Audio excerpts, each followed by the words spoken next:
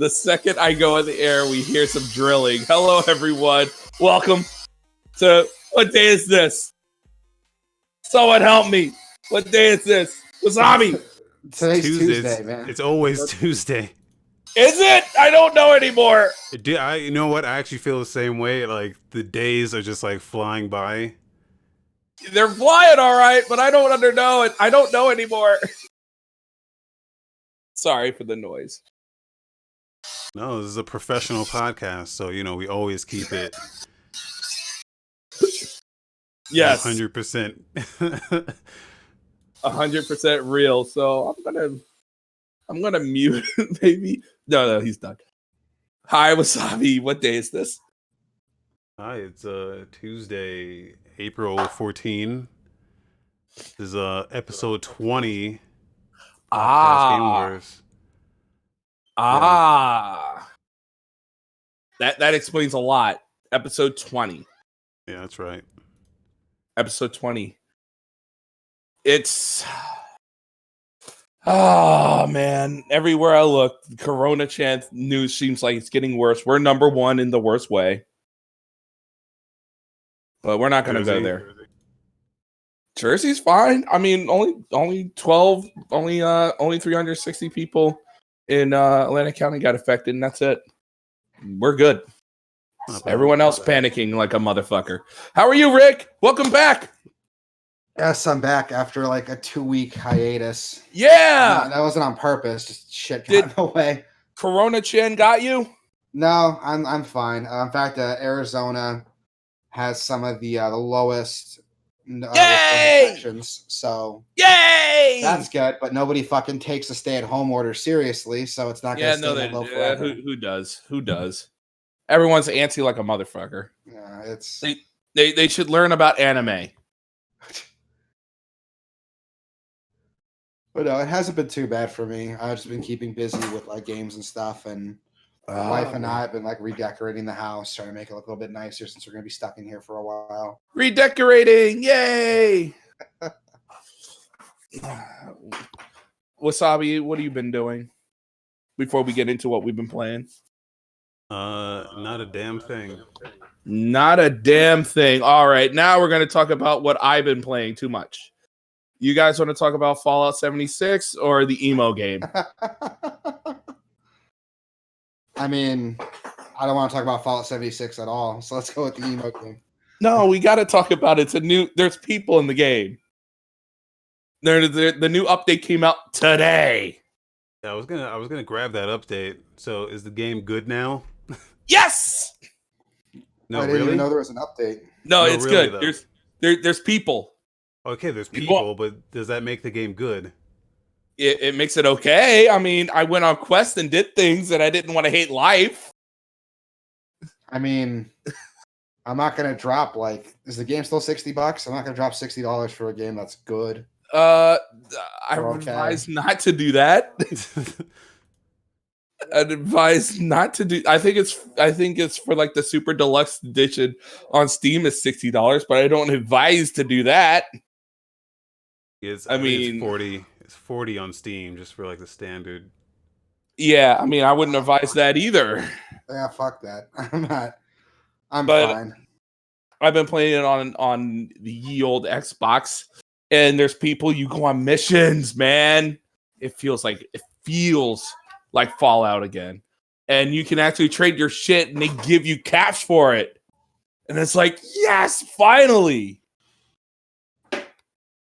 Finally, this game makes sense, because before you would wander in the middle of nowhere and hope to God that you get somewhere. And now it's just good game. I played it. I didn't want to hate life. They iron out, like, every time they push a new update, there's a whole sleuth of new bugs. I was gonna say, yeah, there's like a bunch of bugs that come with every update. Game crashed. Nice. So, yeah, that's great. Also, they did a little quality of life stuff, so you can now pick up a weapon. If you hold A, you pick up the weapon. Or if you want to eat something really quick, you can press A in and eat it. You don't have to take it to inventory, so there's little quality of life things to it that they added. Oh, I don't know if it's with this update, but I appreciate that. It seemed like they really put some quality of life efforts into the game that actually makes sense. They helped out. They have people that help you out with camp, and there's just people roaming around now, NPCs. Is there like a story reason why there's people now? Yes, it's been 1 year since the resurgence or whatever, and people are moving to Appalachia. That's the story. It's been 1 year. Now people are here now and trying to forge life, and it's like, okay, whatever. It needs more. It needs more of this for this game to have a redemption arc like Star Wars and No Man's Sky. I mean, if those games are gonna have a fucking redemption arc, so can Fallout 76. Well, what's funny, I think the funniest thing about Fallout 76 is when it first got announced, like no NPCs was like a huge selling point. I remember like in interviews like, oh, we don't need NPCs. The players are the NPCs. Yeah. And now like a year, 2 years later, they're like, hey guys, here's some NPCs. Well, with any MMO or any game like this, you would need NPCs for quests and to go do stuff. That's why it's so weird. And they kind of had that with like robots and stuff. Like there are some robots that would give you quests. So it's weird to me that it took them this long to like put like organic quote unquote NPCs into the game. That was one of the things about Sea of Thieves was that there was nothing to do in that game. The whole premise was, hey, everyone else is a pirate and you're a pirate and you're gonna run into each other and fuck each other over. It was it's like everyone got in their heads like story mission bad, doing nothing good. It's like, no, your world has nothing. Yeah, and that's the main problem with it. Well, on top of like, the bugs and the overall unplayability, but no NPCs, nothing to do was definitely up there in the list of the fucking mountain of problems. And it was like, okay, NPCs push you somewhere. And this game, it would be one thing if it would be like, here you go out, like Legend of Zelda was literally nothing, but there was interesting things to do. You're like, I want to climb this thing and jump off of it and see if I don't die. And I feel like Fallout 76, I mean, it's good that they're starting to do stuff in the right direction, but we'll have to wait and see. No, I agree. It actually makes the game, a viable gaming option. Well, it turned it into Fallout. I mean, I went to go do stuff with NPCs, and somehow my strength and my in this game, luck and agility and all that talking made no sense, and now it makes sense. So weird. So are the NPCs more than just quest givers? Like, can you get a follower? Do they? Yeah, you sure can. They follow you to missions and stuff. They just populate. Okay. Also, there's this one problem. I saw NPCs just walking around in the world. I was trying to talk to them because I haven't talked to anyone in this game in like forever. I'm like, hey, I want to talk to you, and I killed them because they didn't want to talk to me. I'm like, you're here now. Talk to me. If you kill one, do they die for other players too? I'm sure they respawn or something. Yeah, it just seemed like they didn't care. I mean, I grabbed their shit and he had a really good weapon on him. So I'm like, okay, fuck it. And like this town cared. He just ran past me like, hey, like where the hell are you going, NPC? Where are you going? I just want to talk to you. And he just kept going. Like, I'm like, where are you going? Maybe it was words, you're gonna fucking shoot him. And then you did. I didn't shoot him. I asked him. I was like, hey, if you're not going to talk to me, I'll fucking hit you. And I kept hitting him until he died. And then nothing happened. No one got mad. No one missed him. Just took his shit and off I went. Yeah. Sounds like, I don't know, sounds like a pretty substantial update. I'm going to have to try it. I mean, it's no longer a game about, I mean, don't get me wrong. They bolted this thing on there like a you couldn't believe they did not. Yeah. This game, well, they added a battle royale mode that no one fucking played. Yeah, well, this seems super bolted on. Like it's almost to the point where it's like they didn't want to do this. Yeah. Well, that wasn't the plan initially. Yeah. I know, but I'm talking about the way this is. It's like, it's so like, oh, you guys want people. Yeah, we want people. We want people to trade and get guns, and it's so much easier to get caps now and do stuff. And I actually had fun instead of just wandering around trying to figure out if I'm going to die. That's good. If they, added a lot more content, then that's what that game needed. Content and just the wandering around, just like that kind of game, like Zelda, at least that doesn't have a leveling system. It's more skill based. Like you can go into areas and just get your shit kicked in. I don't know why you keep comparing Fallout to Zelda, but I'm just saying the way, the vastness of it, not how it plays. Okay. Yeah, but even Zelda doesn't really Zelda doesn't really have a lot of NPCs. It mostly just has like, hey, there's shit here to explore, there's shit here to explore. It just has locations that are worth exploring. Yeah, than people telling you what to do. Yeah, it's worse for this game. I mean, it's now that you have people to see. There's people. And they seem all right. You can murder them just. Fallout 76 Game of the Year? No, not in this center. Not in this entry. I mean, I wouldn't give it Game of the Year. But it's fun. I'm probably going to play more of that eventually. But yeah, I played about 4 hours. But the update came out today at like 8 with Wanderers. So yeah. Oh god, that was like super recent. Yeah, that's when I said I got done playing it, and it just came out a few hours ago. It came out today. Yeah. I was looking at their blog post a few hours ago. Yeah, it's all right. It's more Fallout, and I think that's what we need right now. In a good Fallout. Well, you do have Skyrim. All right, so what have you been playing, Rick? So a little late to the party, but I finally picked up Persona 5 Royal. Oh, I haven't tried it. And I almost bought the collector's edition because I'm part of the problem. What is in that? So it comes with an art book, which I'm a huge sucker for, and like a recreation of the main character's mask. Oh. But I decided against it because my brain was like, you already have the collector's edition for Persona 5. You don't need it for Royal 2. And then my wife was like, no, you don't need it. I think it's ridiculous that game is fucking $60. No. Well, they know that people are going to pay it.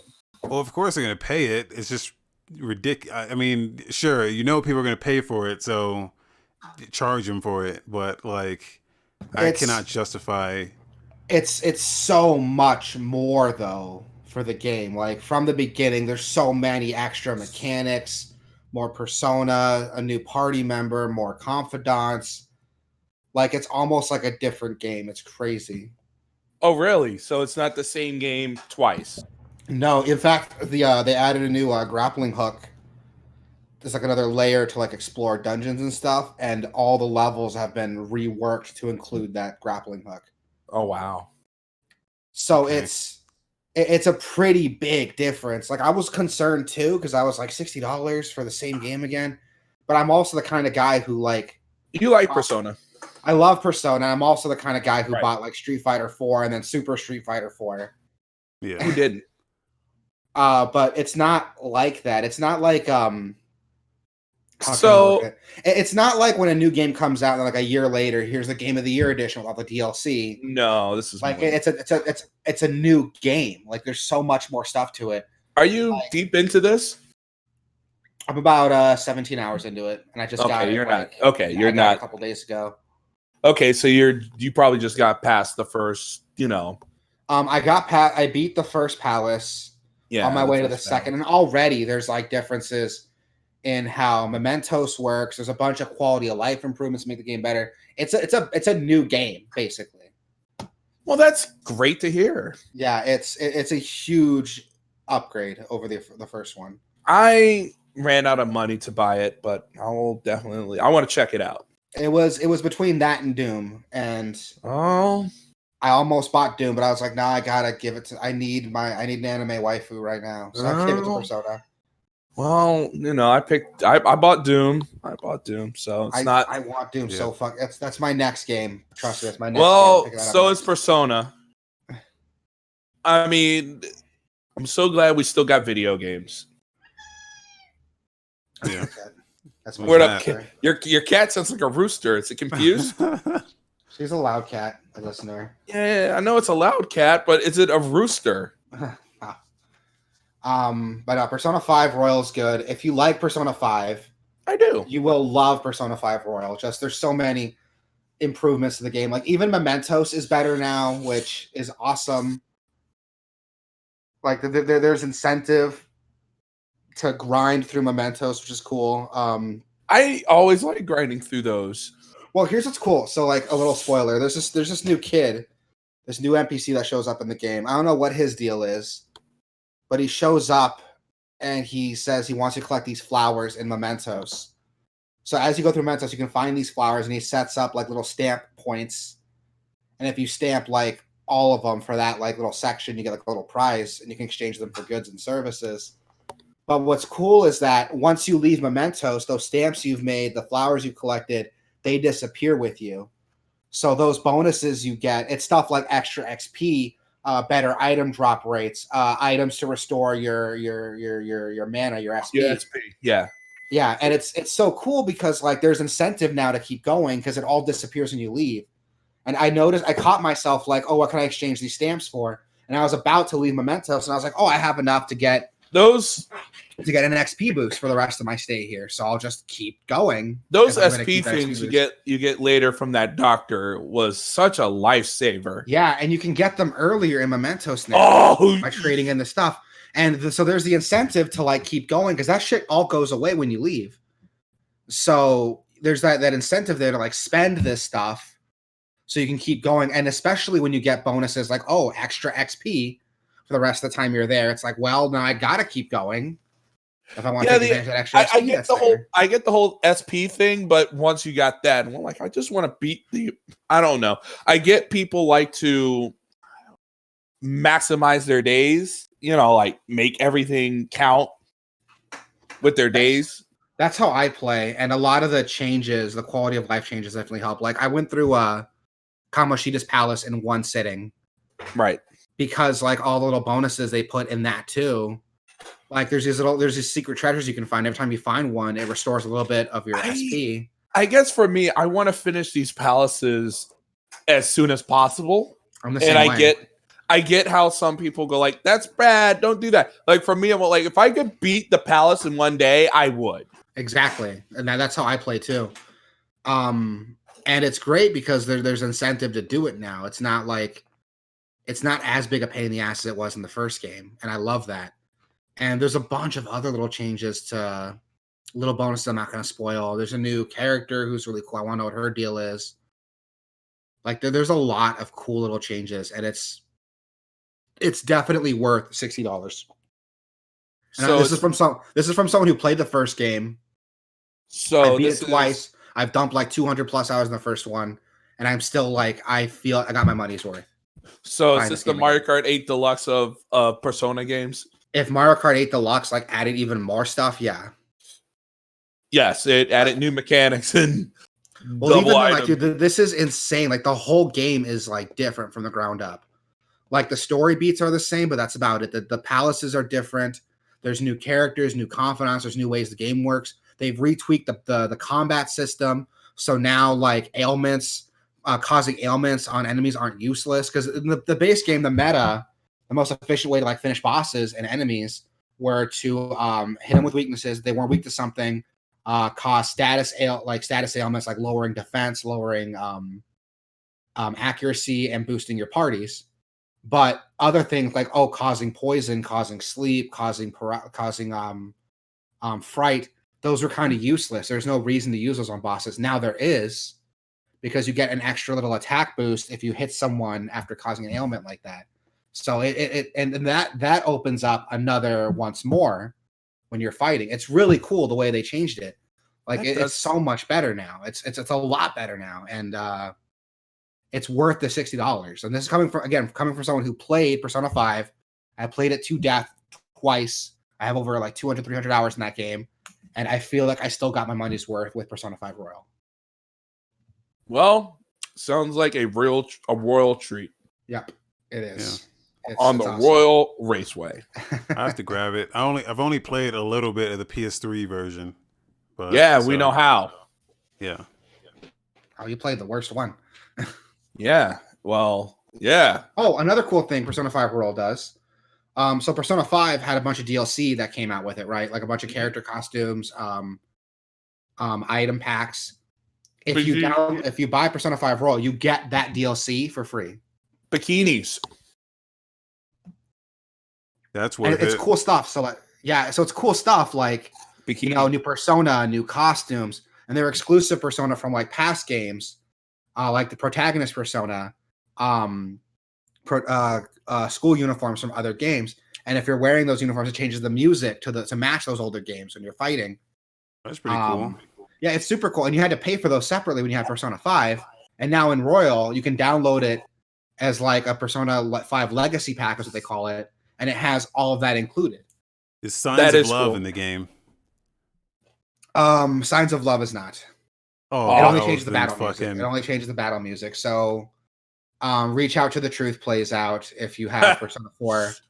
I can't remember what the Reach Out to the Truth. I think it's not Reach Out to the Truth, sorry. It's the Persona 4 battle music. I can't remember what it's called. And it has the Persona 3 battle music if you're wearing those costumes. It has SMT battle music if you're wearing the SMT4 costumes. Okay. And if you're wearing, there's costumes specifically that reference Persona 4 Arena. And if you're wearing that changes the battle music to match like Arena's battle music. It's really cool, and I like it. Okay. And it's cool because like it's free. And the game has its own like cosmetic DLC. But all that cosmetic DLC from Persona 5, they're not selling it to you again. It's just here, download all of it for free. And if you don't want to download it, because it does kind of break the game a little bit, because it gives you all these like high-level persona you can summon for free, and it gives you like items that kind of make the game a little bit easier, like give you more XP or lower the SP cost of spells. So you can download it if you want to download it and just run through the game from the beginning with it, or you can just save it and download like a New Game Plus or something. I got one last question. Is Morgana the cat or lesbian green-haired person from Fire Emblem Three Houses? I don't know.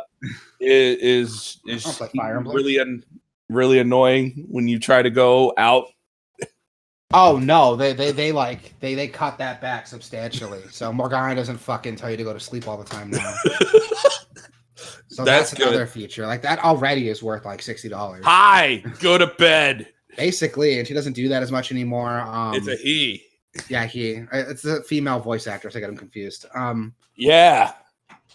But no, dude, it's awesome. Like it's seriously, it's really, really good. And I'm jonesing to play it right now, actually. Does Morgana still does his little cat dance when he finds the treasure? Yeah. So stupid, but I love it. But no, it's good. It's good. If you like Persona 5, you'll love Royal. And Wasabi, if you've only played the PS3 version of 5, go pick up Royal. It's really good. I love it.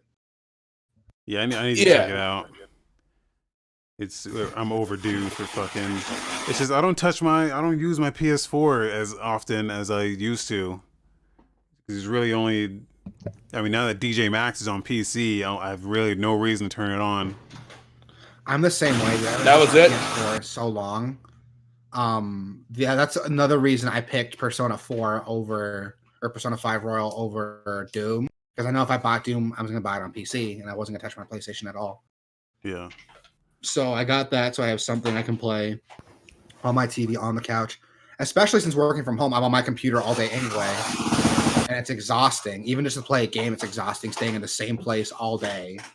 So I got that so I can get up out of my computer chair, go to my living room, and play a game on my TV. Yeah. But yeah, it's good. And all of you, who are stuck at home, it's great for that. It's a long RPG. Like I dumped like 300, 200, 200, 300 hours on it on 2 playthroughs combined. And when I was told there's even more content in the game to play through, so it's going to take up even more of my time this time through. That's good. Yeah. But yeah, that's my take. Go buy Persona 5 Royal. And if you don't, I'm gonna talk about Devil May Cry 3 on the next podcast. All day. I have another game to play, but I want to wait until that's over. All right, that's fair. What about you, Sabi? What are you playing other than DJ Max? Skyrim. Bad dog. Dude, it doesn't like Skyrim. It's a game that just keeps on giving. Bad dog. Every week there's some new mods and shit. They just gotta fucking install and never actually finish the game. Bad dog. Dude, I have so many hours on Skyrim, and most of it is just. You two are bad dogs. I haven't played the game, and so I haven't actually played the game. I've never finished Skyrim. Yeah, give you an idea. Same. I've never beaten it. I fucked around with mods, and that's it. I never started. Never finished the main quest. Never even touched any of the DLC. Yeah, same. I never started. That's probably for the best. Yeah. It's a rabbit hole, man. It's a rabbit hole. It's not even the rabbit hole. It's like the people that raved about that game in the first. It's like I'm like, all right, I never want to touch this game because whatever happens next will always be tainted. It's not even like I don't think this is really like a controversial opinion, but Skyrim itself isn't even like that great of a game. It's not a good game. That's why you mod the fuck out of it. Yeah. That's why the mods exist. It's super buggy. The combat system is really lazy, let's be honest.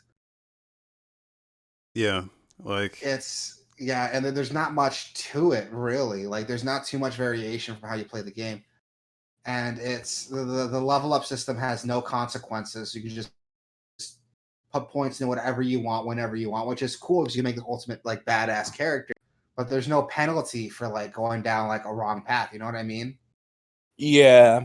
Like I feel like end game characters are all going to be the same, and I don't like that. That's kind of why I like Fallout New Vegas a lot because it makes you like play a role. Skyrim doesn't make you do that. I need to play Fallout New Vegas and actually. All right, it's good because it makes you, like I said, that's the point of role playing is playing a role, and Skyrim doesn't do that. It just makes you this badass chosen one. Yeah, that shoots electricity. But like the one thing I do like about Skyrim and pretty much all the Elder Scrolls games and the Fallout games is that it's the scale you get, it's the scope. Yeah, like there's no other game that can even the Outer Worlds came out and. I don't know. It was just underwhelming because it didn't meet the scope. You can say whatever you want about like the story and the characters, but what I really wanted was the scope. Man, it just didn't have the breadth that those Bethesda games had. Which is fine, but here's the thing: I'd rather have a game that's smaller, but if it's more focused on what it's trying to do. Yeah, than like a big game that's kind of clumsy. And that's what Skyrim is. It's really big, but it's also kind of clumsy. With how it handles its progression, how it handles its role playing. But also, those games are like so easily moddable that that's the other part. Is like, yeah, it's fucked up, but like, there's some dedicated people out there that are gonna make their own fucking worlds, and they're gonna make these quest lines that are 30 hours long, and this incredible stuff. They're gonna build thousands of new items and new dungeons to explore and shit like that. Like the way Skyrim's evolved over the years is incredible. That's cool. Don't get me wrong. I love that part of it. I like the non-Bethesda stuff. Yeah. That Skyrim has. Yeah, the boob mods, sex mods. I mean, the sex mods just icing on the cake, man. Yeah. So yeah, I've been playing that and a little bit of Control as well. Went back to Control. Because is new expansion out yet? Or you still waiting on that? The expansion's out. I have it, but like you can't really do it as much as you want. I talked about it last week. It's like there's a jukebox, so it's a jukebox you have to like go into, and to get inside of it, you need to find tokens to put inside of it, and the token you can only go inside of it for as long as it takes to play the song. So like 4 or 5 minutes, and then the song ends and it kicks you out. Oh Jesus! Is that the whole expansion? Yeah. Well, it adds some other. I'm not totally sure exactly everything it adds, but yeah, that's pretty much it. It's just like a whole nother world inside of this jukebox. Like you have to like go and find. There's like a lost crew that's like lost inside of there. But like I never finished the game. So the game's like a Metroidvania. So there's always like stuff to go back for after you've like obtained a new power or new item. You can go back and like explore areas that that were previously locked off. So that's kind of what I've been doing too. Just a lot of clean up. But that game's incredible, man. Every time I go back to it, I'm like, fuck, man, this is great. But then you die and then get sent way back. The checkpointing is just fucked up. Oh Jesus! So like I'll die, get sent way back. I'll get sent way back to somewhere. I'm like, are you kidding me? I gotta run all the way back there and do all this shit over again. And then that's why I usually like rage quit. You're making that game's been on my list, and you're making me like not want to pick it up. Oh, it's a phenomenal game. It's not that bad. Like it's not that bad. You're not dying that often. Like it's not that hard of a game. When it does happen, it sucks. Yeah, when it happens, you're like, well, I'm done now. That's usually when I stop playing, but yeah. Yeah, that's it. I wish you would end. But we can come back to that later. I played Final Fantasy VII Remake for 9 hours. It's really good. That's what everyone keeps telling me. I keep hearing a lot of good things about it. It's super good, and I hate to say it's good because it's Final Fantasy VII. It's like the sacred cows of sacred cows. My big concern with Final Fantasy VII was I heard the game was going to split up into 3 parts. No, don't. Just like Royal, it's really long. Yeah, I heard the game itself is like it's okay. Don't worry about it. I know everyone's all worried about it. It's I was thinking about it. I'm like, man, Final Fantasy VII, which I hate, not for reasons because it's a sacred cow. I don't like that game. Like going back to that game, or even then, it's like this is it's one of those games of the time. No, I hear you. I hear you. I've tried to get into it, and I can't. It hasn't aged that well. It's really hard to. It's one of those games that I guess at the time, I mean, right place, right time. If you're sitting in your underwear just playing this game on your new PlayStation, you think this is the greatest story ever made. I'm like, no, this game doesn't. This story makes no sense. Why are these people doing what they're doing? And it's flying through everything. And you couldn't take in anything. And I feel like this game is a compliment to the old game. It really kind of is. I heard a lot of things that it was supposed to be like. Originally, the script for Final Fantasy VII was way longer than what we got because of the limitations of the PS1. And with the PS1 splitting it up into multiple games, they could really like put out what they wanted. Yeah, well, it shows. I mean, it really shows how they wanted to make that reactor stuff and the whole Midgar. Like, you don't really get to spend a lot of time in Midgar in the actual game. It's like one section, and then Cloud goes crazy cuckoo. And I turned off the game after he went crazy cuckoo. I'm like, I'm done. Walking away from this. I'm good. I don't care about the rest of this. No, I hear ya. I want to pick that up too. It's just that's another one. Like, there's so many games on my list, on my backlog that I need to pick up. Also, that's just one of them. It's scratching that. It's not Kingdom Hearts-esque. You can't jump. It's not a very jumpy game, so you can't jump and hit things. You're grounded. But the thing that I had to learn was there's a fury button for Cloud, and it's an automatic parry. Yeah. So if you R1, but you can also trigger that and then get a parry. So it's really good on bosses. But the game doesn't tell you that there's a parry and it's in punish mode. So you kind of had to know that. So there's your tip. If you press the punish mode, if you press circle in punish mode, you what is that, instantly parry. Is that like a different like stance or something? Yeah, it's a different stance. Okay. And it's really cool when you hit one of those because we ran into Reno. I think his name is Reno. In the church, and the music's playing, and I'm like, okay, now I understand how the stance works because you can fuck this guy up with parrying, and it feels good. So yeah, that's it's not. If you walk into this thinking you can just press triangle and or square to parry something, you're in for a rude awakening. You're not triangle to parrying, to block. It's just not happening. You're blocking to parry, and they're staggered. You can stagger people in this game. It's kind of hard. Yeah, it's like the Final Fantasy 13 combat, right? Yeah, you can stagger. It's kind of there. From what I played in the demo, it's like a mix of like 13 and like 15. Yeah, it's a mix of that, but way more stylized, way better combat than 15. 15 got a little mashy. This seemed like this is a little bit, hey, you got to watch what you're killing. Hey, you got to watch what you're doing.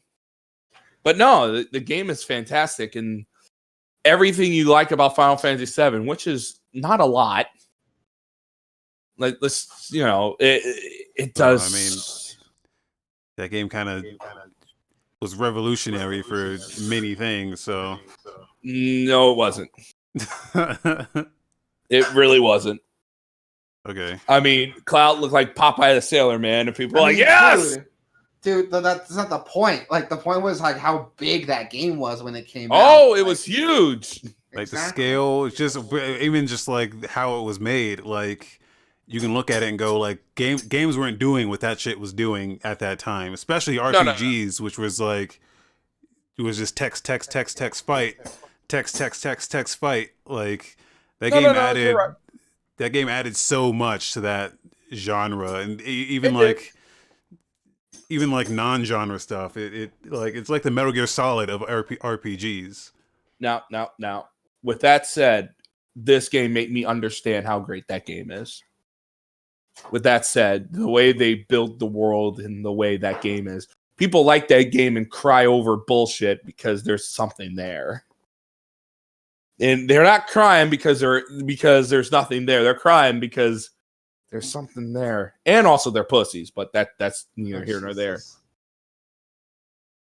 I didn't cry. I didn't care. I'm like, I lost my fucking healer.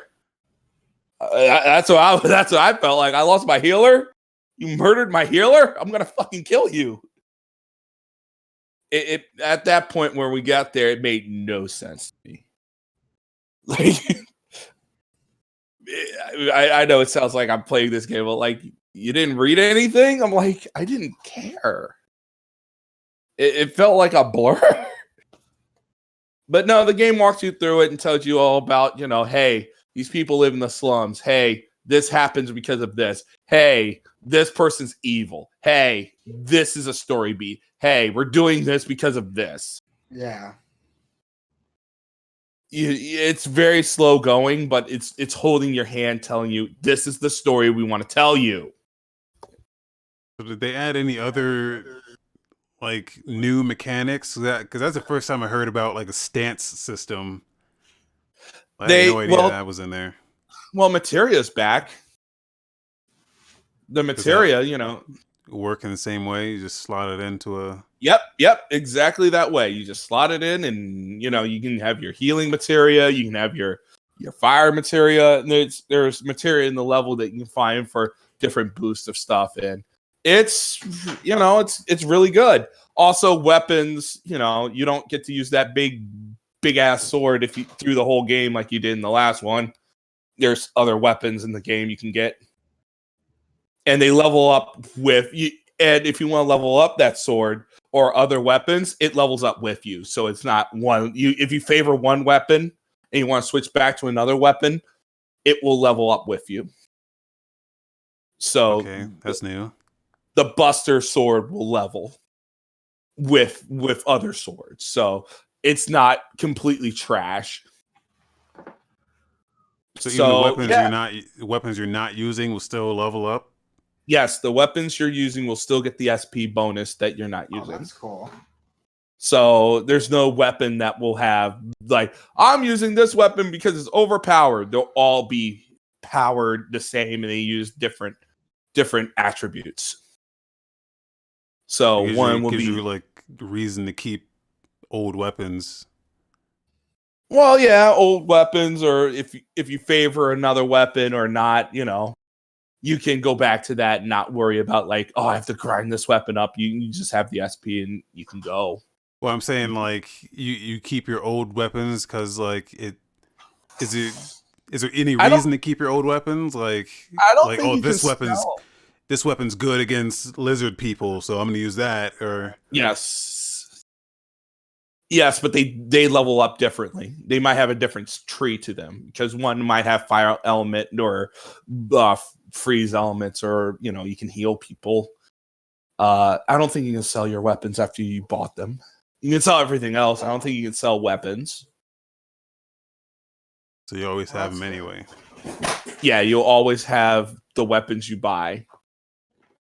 And it sounds like the game's made a lot of progress over like the original Final Fantasy VII, which I mean, not hard to imagine. The game's like 20 fucking years old, but it sounds awesome. Like I want to pick it up now. Like there's so many. It's on my list. It's fantastic. And look, I'm sitting here to say that I didn't enjoy Final Fantasy VII. I'm not going to sit here and go, "Hey, play that original game." I'm like, if you like that original game, there's a lot to like about this game, because a lot of those, if you're like me and just go like, oh my God, RPG, blah, blah, blah, hit thing. And it's like, okay, that's cool and all, but it gives you so much scope of what that game is. Like, actually the thing about Final Fantasy VII is that like its story is just so fucking scattered across like 20 different games across 13 different platforms that,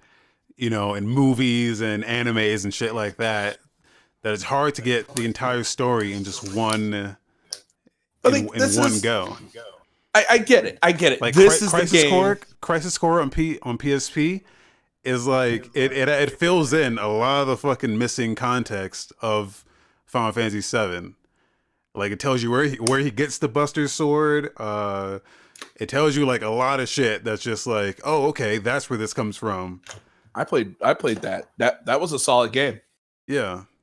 That was whatever that was, it was solid. I'm wondering if they fill in any of that in this one. Like, do they talk about Zack at all or any of that Zack shit? Doesn't show up till like later in the game. Like, well, a lot of spoiler. I mean, not really spoiler. No, the game's like 20 years old, but Zack was like Cloud's like mentor or some shit. Nah, they ain't got to that part. They didn't get to that part. It's a Japanese RPG, so it's way more complicated than that. Yeah, well, they had one flashback where Tifa looked like a thought in some green, in this green dress thing, and she's like, "Hey, Cloud," and Cloud's like, "I'm gonna be a soldier," and she's like, "Okay, cool, rank 1." The banter's better. They just flushed out a lot of those. They flush out a lot of that story that you didn't get in the first game. So they take their time in Midgar and not just rush through it. I don't think they rushed through it in Final Fantasy VII, but did they? I don't think they did. I mean, in comparison to like what they're taking their time even more on this one. Yeah, they kind of focused on like the key shit. That they'll mention something and you'll be like, well, okay, what? But they'll just fly by. Right. Well, okay. So the original did fly through it. Yeah. Like Tifa would be like, remember that promise you made me? and then Cloud would be like, "Oh yeah, I made a promise," and then they'll just not. Didn't you fall? Didn't you fall? Yeah, wasn't that whole thing with the Midgar when you go up top and all that stuff? I felt like that was so early. I felt like going through the that scene and then going into the bed was like 5 hours in. Maybe I'm wrong. Yeah, I don't totally remember all the key points, but I don't either. I do I'm sure remember, someone like, does. that shit happens Yeah, I don't real know. fast. Yeah, it happens real fast, and it's just one of those things. It's like it's a good. I like the pace of it. I like what they've done, and it feels weighty.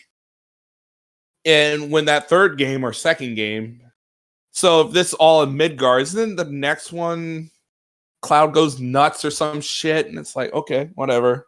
If they're talking about 3 parts, this first part sounds like it's not even a quarter.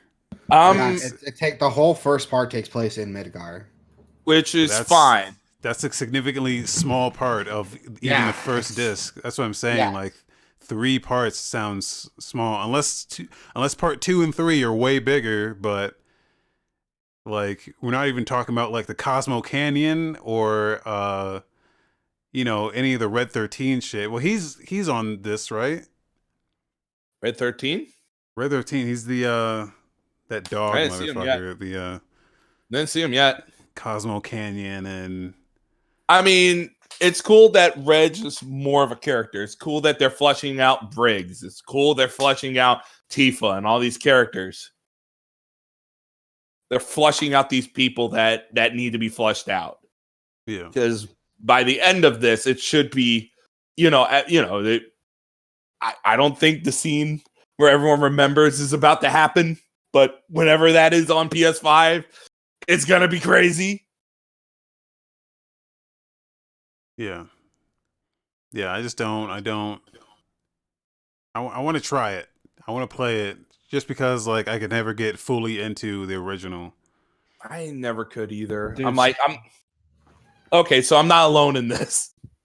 Yeah. I'm in the same boat, man. I can never really get into the original one. So now that there's a way for me to enjoy the story, I don't want to make it sound like I hate the original. It's just one of those things. It's like when you go back, like when you think of, okay, when I played Super Mario RPG, like that felt amazing. Like even Throwback. today, like that felt good. Like I'm like, oh man, this is good.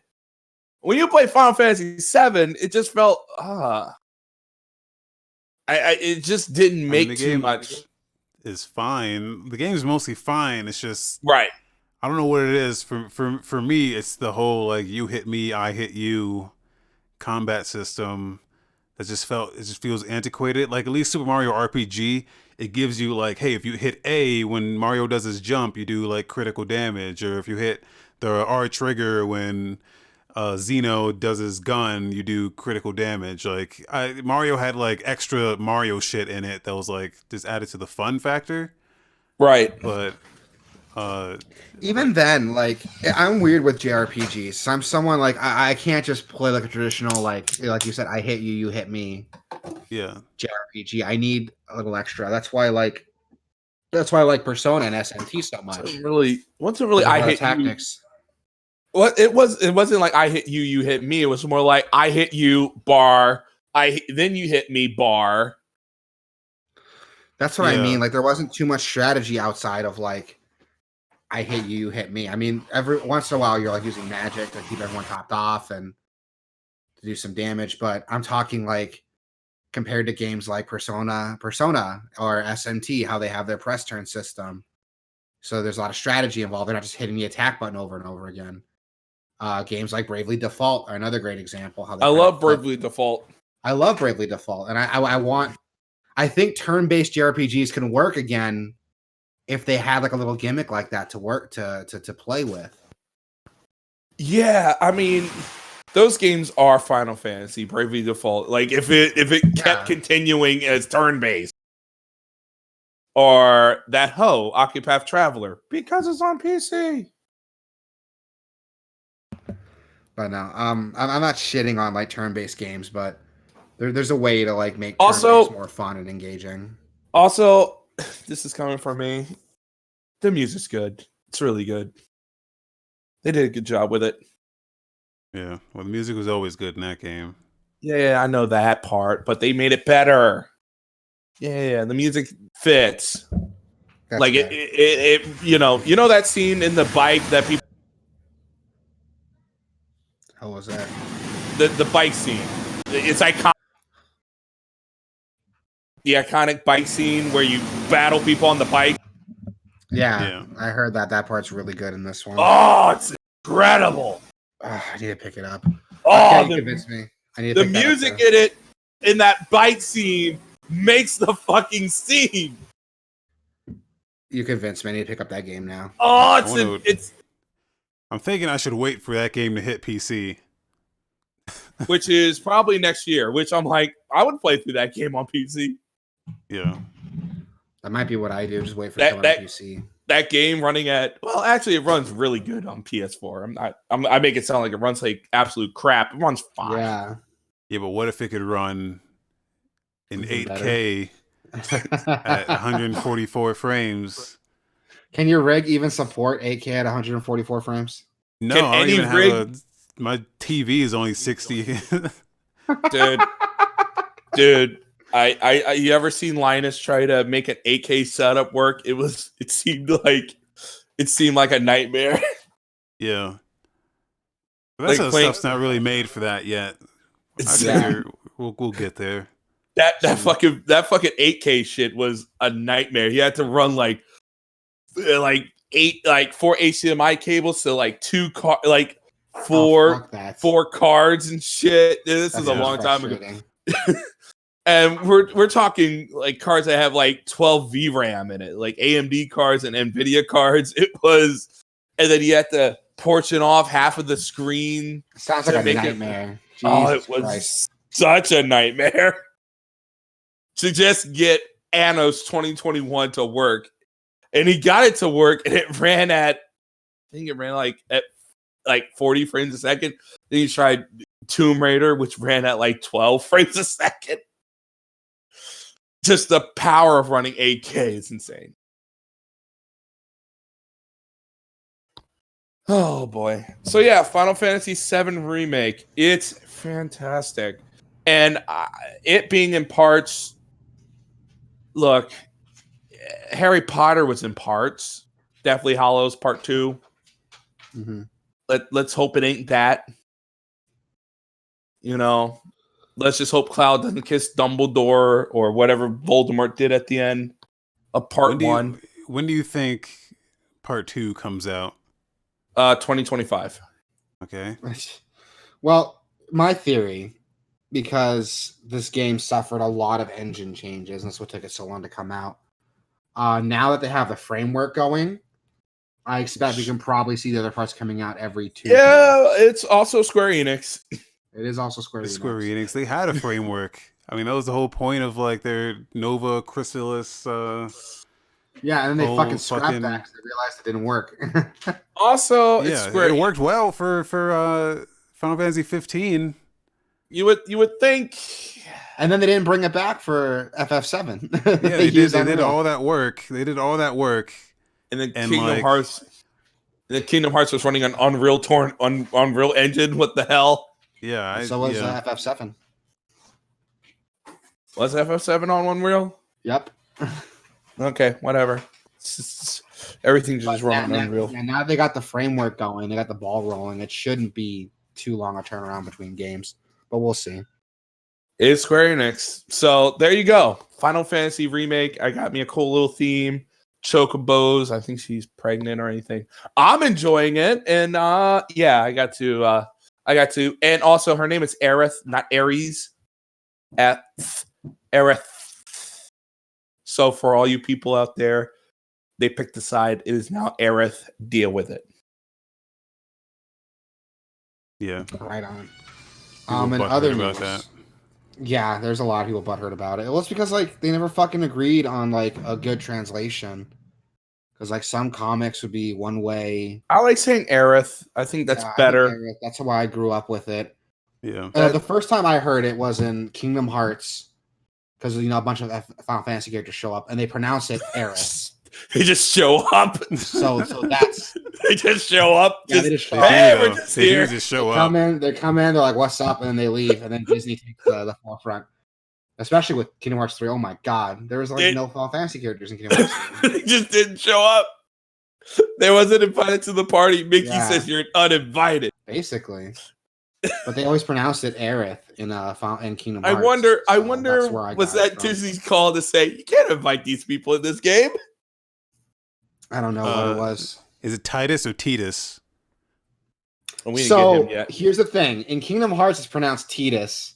Yeah, but that sounds stupid, so I pronounce it Titus. Titus O'Neil.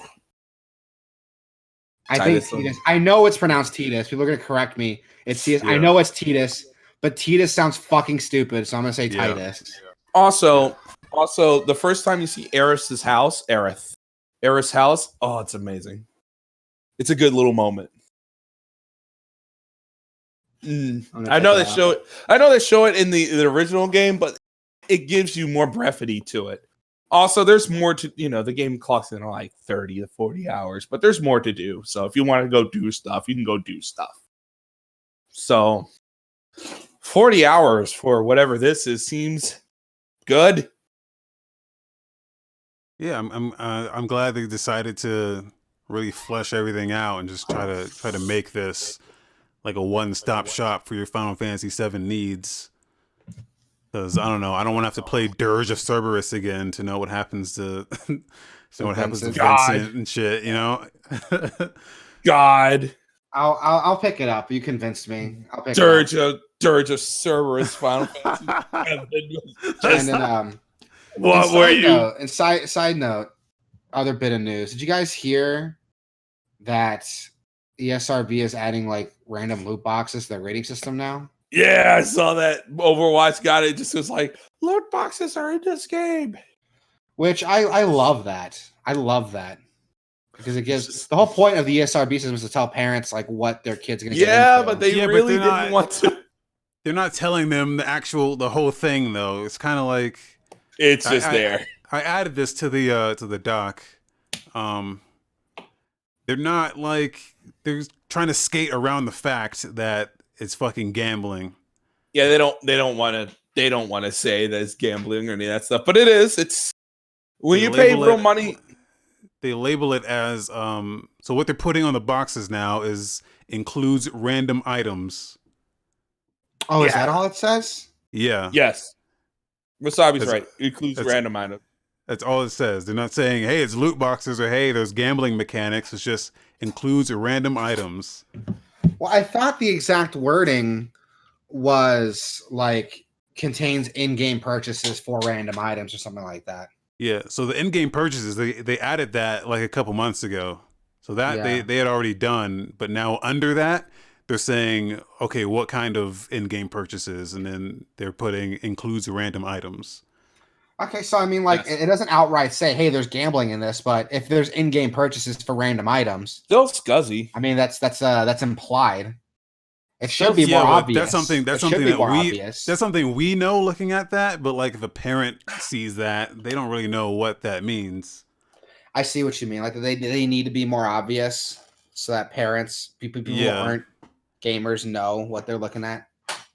Yeah, because like, I mean, it's basically gambling without actually calling it gambling. That's why they call it loot boxes or random surprise fun mechanics. Like they're trying to skirt around the fact that this shit is basically gambling. The only thing about gambling is you actually have to pay money to get in. And I know you get it through gameplay, but it is gambling. I mean, if you can pay money to like get the resources, then it's gambling. Like let's be honest here. Right. And I think like not a very controversial opinion really, but I fucking hate like loot box mechanics so much. Well, for random stuff like cosmetics, I don't mind it, but if it's like actual game stuff like like Dead Space 3 had that for like weapon upgrades, and it's like why? Yeah, but even cosmetics, like cosmetics in a multiplayer game, the whole point is like you're gonna see people that look cooler than you do, and you'll be like, "Oh, this guy looks cool. I want that." Like that's what like Fortnite. Super Mario Kart, the Android version, they do that shit where it's like, "Oh, this character, I don't have him unlocked," and they'll put you against carts that you have to pay for, and you see them and go, "Oh, I want that. I can just get this loot box and get that guy. Oh shit."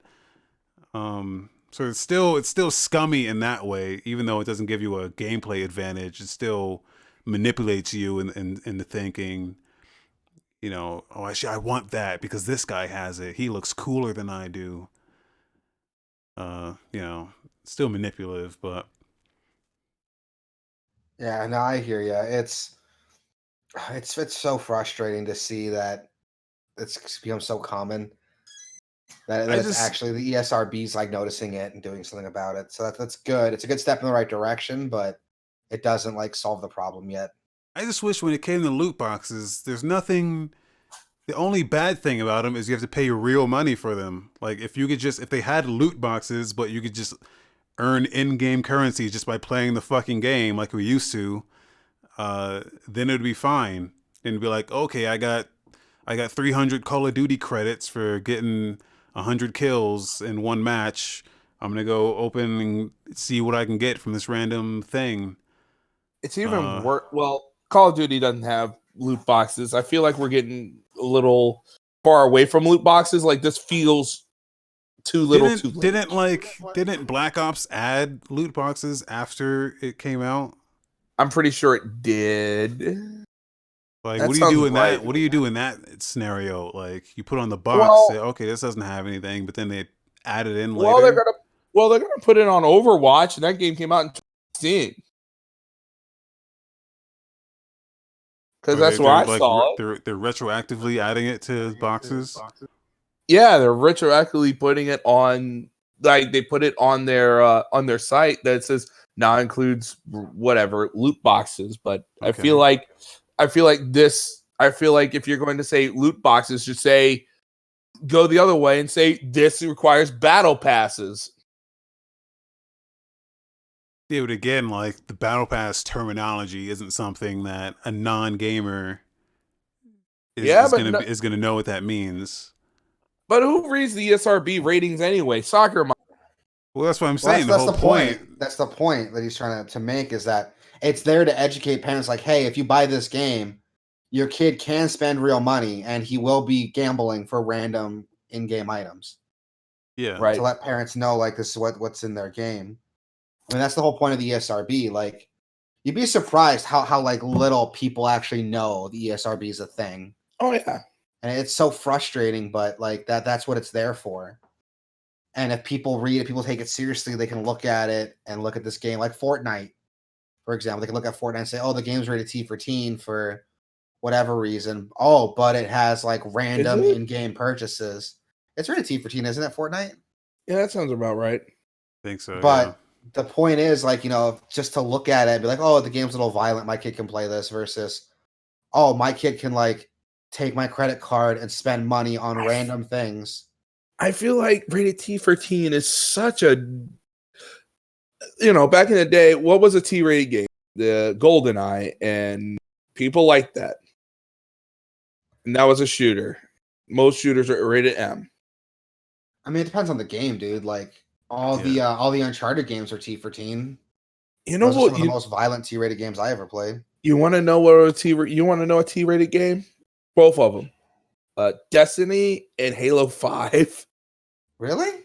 Halo 5 is a T-rated game. Oh wow. I think it's less violence in guns. I mean, you got to remember this is America. So right. Violence and guns aren't like our priority when it comes to like, it's more, hey, is there sexual shit in here? Or is it blood? Yeah, or is it like gratuitously violent and language and shit like that? Yeah. And it's good to have things like that so people know. Like I had this when I was still working at Best Buy, I had this parent come in. Oh, sorry? That reminds me, Final Fantasy VII likes saying shit. They always say shit. You can say shit a lot without getting an M. No, this game likes saying shit a lot. Well, you can get away with saying shit a lot before you get an M rating. No, like to the point where it's like, I guess you can say shit in a T-rated game because Grand Theft Auto Vice City, they only could say it once and only once. And now they can say shit in a T-rated game. Yeah. No, I feel like the original, they said shit a lot. Yeah, they said shit a lot in the original. They did? Yeah. Like, I know there's a bit where Barrett like says shit a lot, and Barrett like calls you a retard a couple times too. Yeah. Well, the first time I heard the word retard or heard about the word great translation, people. It was 97. Also, this is Square Enix in 97, where basically they were rapey. But like the thing I was trying to get to is that like you'd be surprised like how many parents don't know that exists. Like I had this when I was still working. No, you're right. This parent came in to buy their kid like Watch Dogs 2. Uh-oh. And I asked her, I was like, so who's getting this game? Is it for your husband or you? And she's like, no, it's for him. She points at her son who's like 10. And I'm like, I got to be that guy. I looked at the kid and I looked at her and I was like, ma'am, are you aware this game is rated M for mature for blood and gore, intense violence, and nudity? And she's like, I had no idea. How'd you know that? And I pointed out and how the ESRB system works. Yeah. And you just killjoyed this kid, or did he? I did. Well, here's where the kid fucked up. Okay, his mom was like, "I'll still get you a game. Just look for another game, you know." And the kid's grabbing games, and now that she knows where it is, she's like, "No, this game's still rated M for mature. You can't play that." And the kid, here's where the kid fucked up. He was like, "What's the big deal? Most of my games at home are M rated anyway." Oh, she was like, "Oh, really?" God, yeah, exactly. She's like, "Oh, really?" In that case, let's go home. We'll go through those games then. And the kid started freaking out, like, "What? No!" He starts crying, and his mom job, Rick. When she left. Great job, Rick. You ruined my job. You ruined I'm not going to lose my job if like a titty comes up on screen and she comes back like yelling at me for not telling her there's titties in the game. She wasn't going to come back. She bought a bunch of them. He should have went to GameStop anyway. Rick, you did your job. You cost this kid watch. Actually, probably for the best. That game's not that great. That stuff is always like weird because I remember playing, like, I remember the first time where like a video game felt like, oh, this is like really mature is when it was Grand Theft Auto San Andreas, where they were saying fucking, they were fucks, they were N-words, they were fucking like, I was like, damn, dude, this is like real. That was like the first game I felt that was like real, man. I was like, damn, they're just like going for it. So I was unlucky enough to have a dad who also played video games. Like he knew like what I could and couldn't play. Like he knew what content was in each game. Yeah. And he was cool with most games. Like I grew up playing Resident Evil. He didn't care about that because, you know, it's kind of Resident Evil's not really realistic. You know, it's kind of cartoony. It's a scary game, quote unquote scary, but it's kind of cartoon, like action movie violence. You know, it's not like too heavy. I grew up. So growing up, he let me play Resident Evil, and I remember asking him because, you know, Resident Evil has that like this game is rated M for mature. It's intended for mature audiences, and I asked my dad about it, and he was like, "No, you're mature enough to handle this game." But he never let me play or watch him play Silent Hill, Grand Theft Auto, and probably for the best other one. Yeah, Silent Hill, Grand Theft Auto, and the Max Payne games. So those are the three games he like never let me like look at, never let me touch or play with. And now that I'm older, I went back and played them. I was like, holy shit, I'm glad my dad didn't let me play these games. My mother didn't know anything about ESRB ratings. She bought a 13-year-old Halo, the original, Combat Evolved. I mean, Halo's not like too bad. Yeah, see, that's not that bad. Yeah, but this is a person that heard consoles for mature people. Like, that's the console for my teenage son. She didn't, you know, it's like it depends because like I don't want to really go back think about it.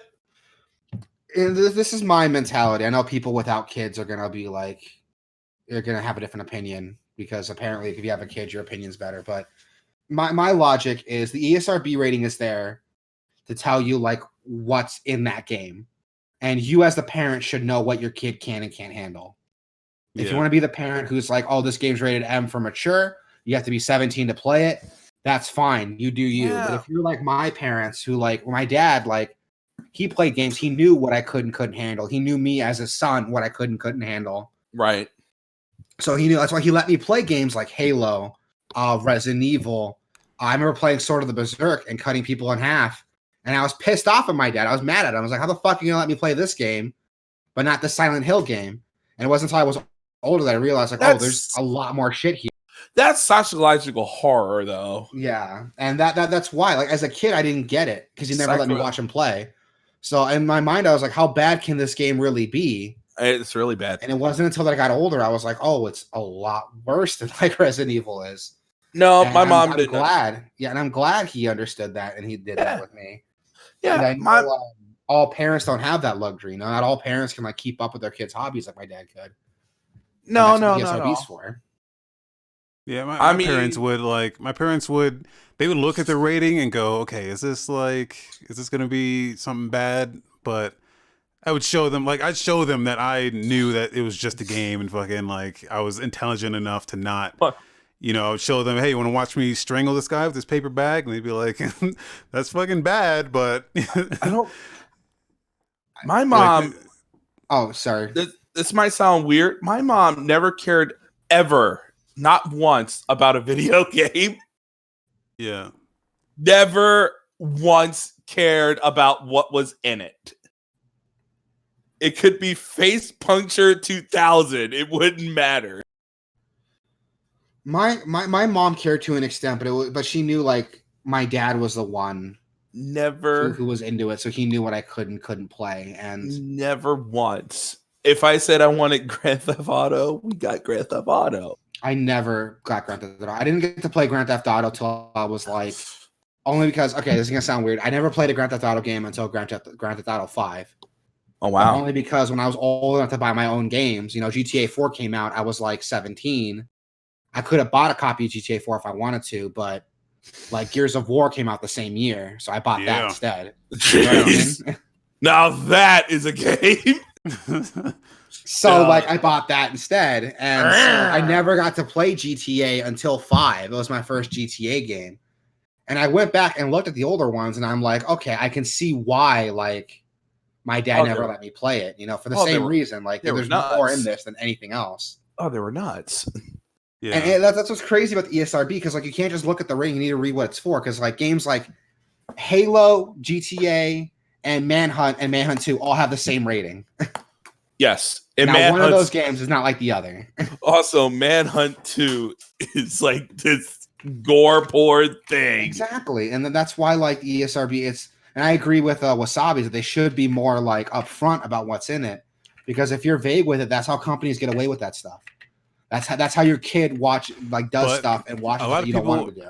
A lot of people don't know this about the ESRB is that they're a subsection of the ESA, and the ESA is run, or there's a lot of people in the higher ups in the game industry, Activision CEOs and EA CEOs and shit like that are run the ESA.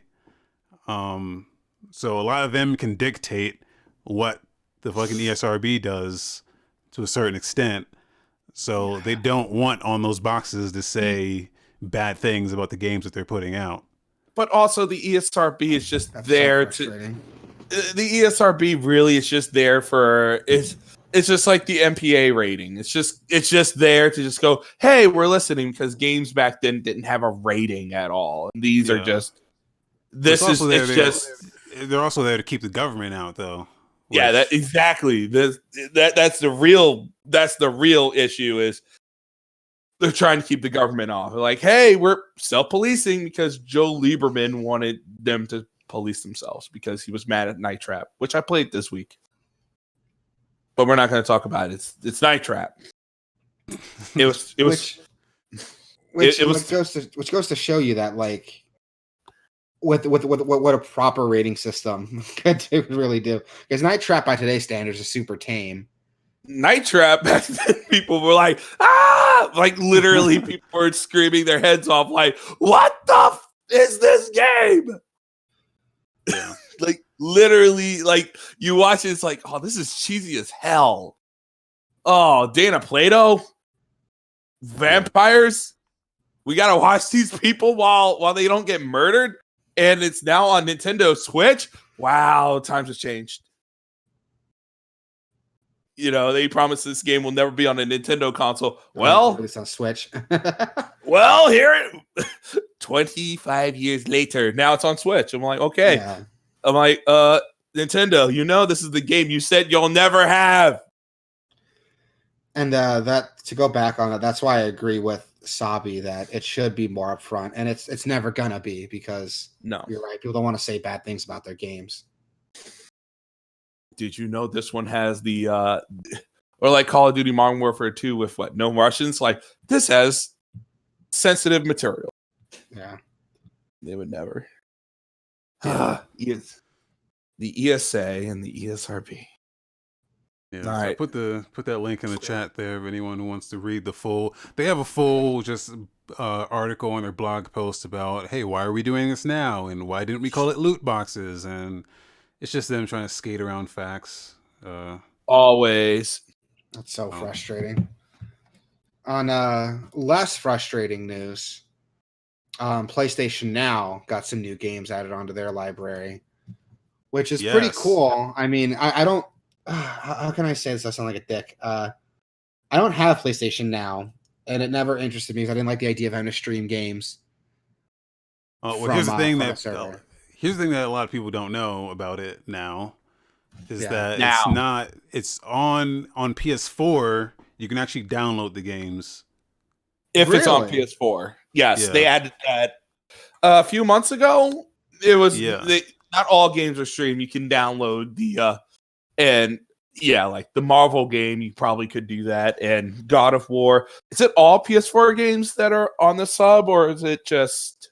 I think it's a selection, but it's usually almost all of them.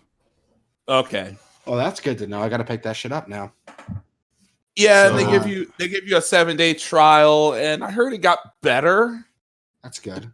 I heard the streaming stuff got way better, but don't quote me on that, because in this whole world of streaming and all that stuff, and Sony's been doing it since not day one, but pretty close to day one, and you forget that they've done it. I got into an argument with a buddy of mine a couple years ago when Xbox announced their Game Pass program. Mm-hmm. And a buddy of mine commented on Facebook. He was like, "Oh, look at this Xbox Game Pass program. Sony doesn't have anything like that. Where are you Sony fanboys at?" And I'm like, dude, they've had PlayStation Now for 5 years already. Yeah, that's like $20. Yeah, and then he deleted the post when I called him out. Well, it did, but it's not. To be honest with you, Game Pass didn't start getting good until Microsoft started going you know what? You're gonna get all these Microsoft games day one. You're like, yeah, and it's on PC. Cool that Sony's, and it's cool that Sony's adding more to it, because looking at the docu here that you put together, they're adding Spider-Man 4 and Just Cause 4, which is a bad game.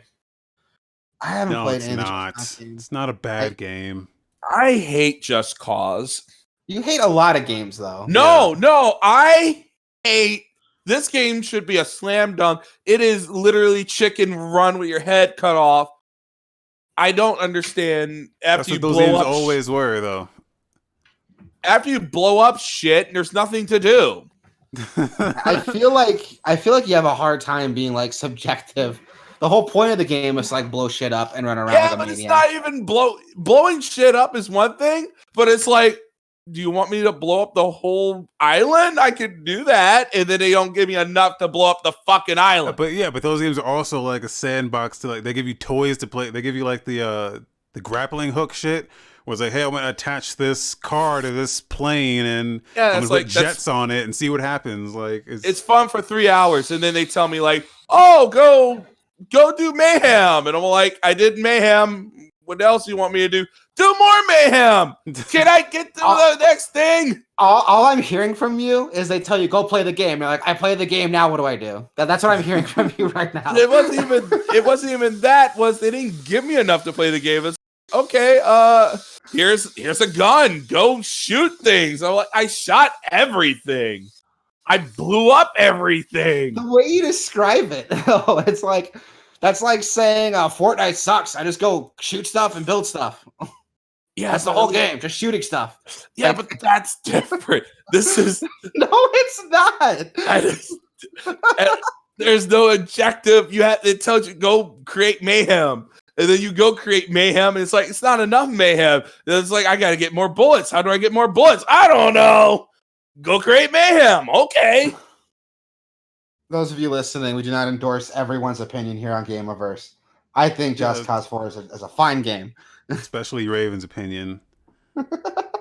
I guess I'm not creating enough mayhem. Oh, we can get that on a shirt. I guess I'm not creating enough mayhem. that would be a great shirt. I guess I'm not. I mean, the game's like, nope, you need more. Well, I wish I could help you. So yeah, I think Spider-Man, which is excellent, by the way. That's another game I can talk about. Fucking Spider-Man is excellent. Which is $10. Still haven't played it, so I might grab it. It is probably the best Spider-Man story not to come out of a comic book in the past like 20 years. Those Mary Jane segments of that game is. I don't even hate the Mary Jane segments. I'm just happy that I wish there was more to them. Yeah, kind of like follow this path and don't get caught, which is fine. I like the Miles Morales section, so you have some of the hacking stuff you can do, but all in all, they should have built on them more. Or not include them at all, in my opinion. I mean, it's a good one. It's a really, really good one of those. You know, it's But Spider-Man 4 is fucking excellent. If you're even like a little bit of a Spider-Man fan, Spider-Man 4 is fucking phenomenal. I agree. It is one. It's probably the best Spider-Man story to come out. That's not from a comic book, like in ever. It's awesome. It's awesome. One of the worst DLC season passes ever. Yeah, I bought the DLC later. I got the game pretty late when it was on sale for like $20. Mm-hmm. I bought the DLC after I beat it, and I was all excited to play it. And I'm like, oh, it doesn't quite hit the highs of story. It's more to do, but it doesn't quite hit the highs of the story. Yeah, it doesn't even hit a high. It doesn't even. Like it's cool, and it leaves the game open for a sequel. I really hope Insomniac does a sequel. I'm going to buy it day one.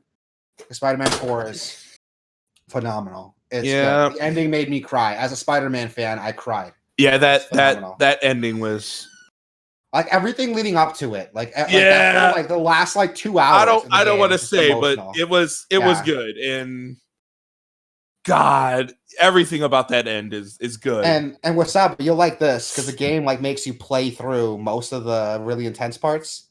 So it does a really good job of like combining gameplay and story together. It does. It's a solid game.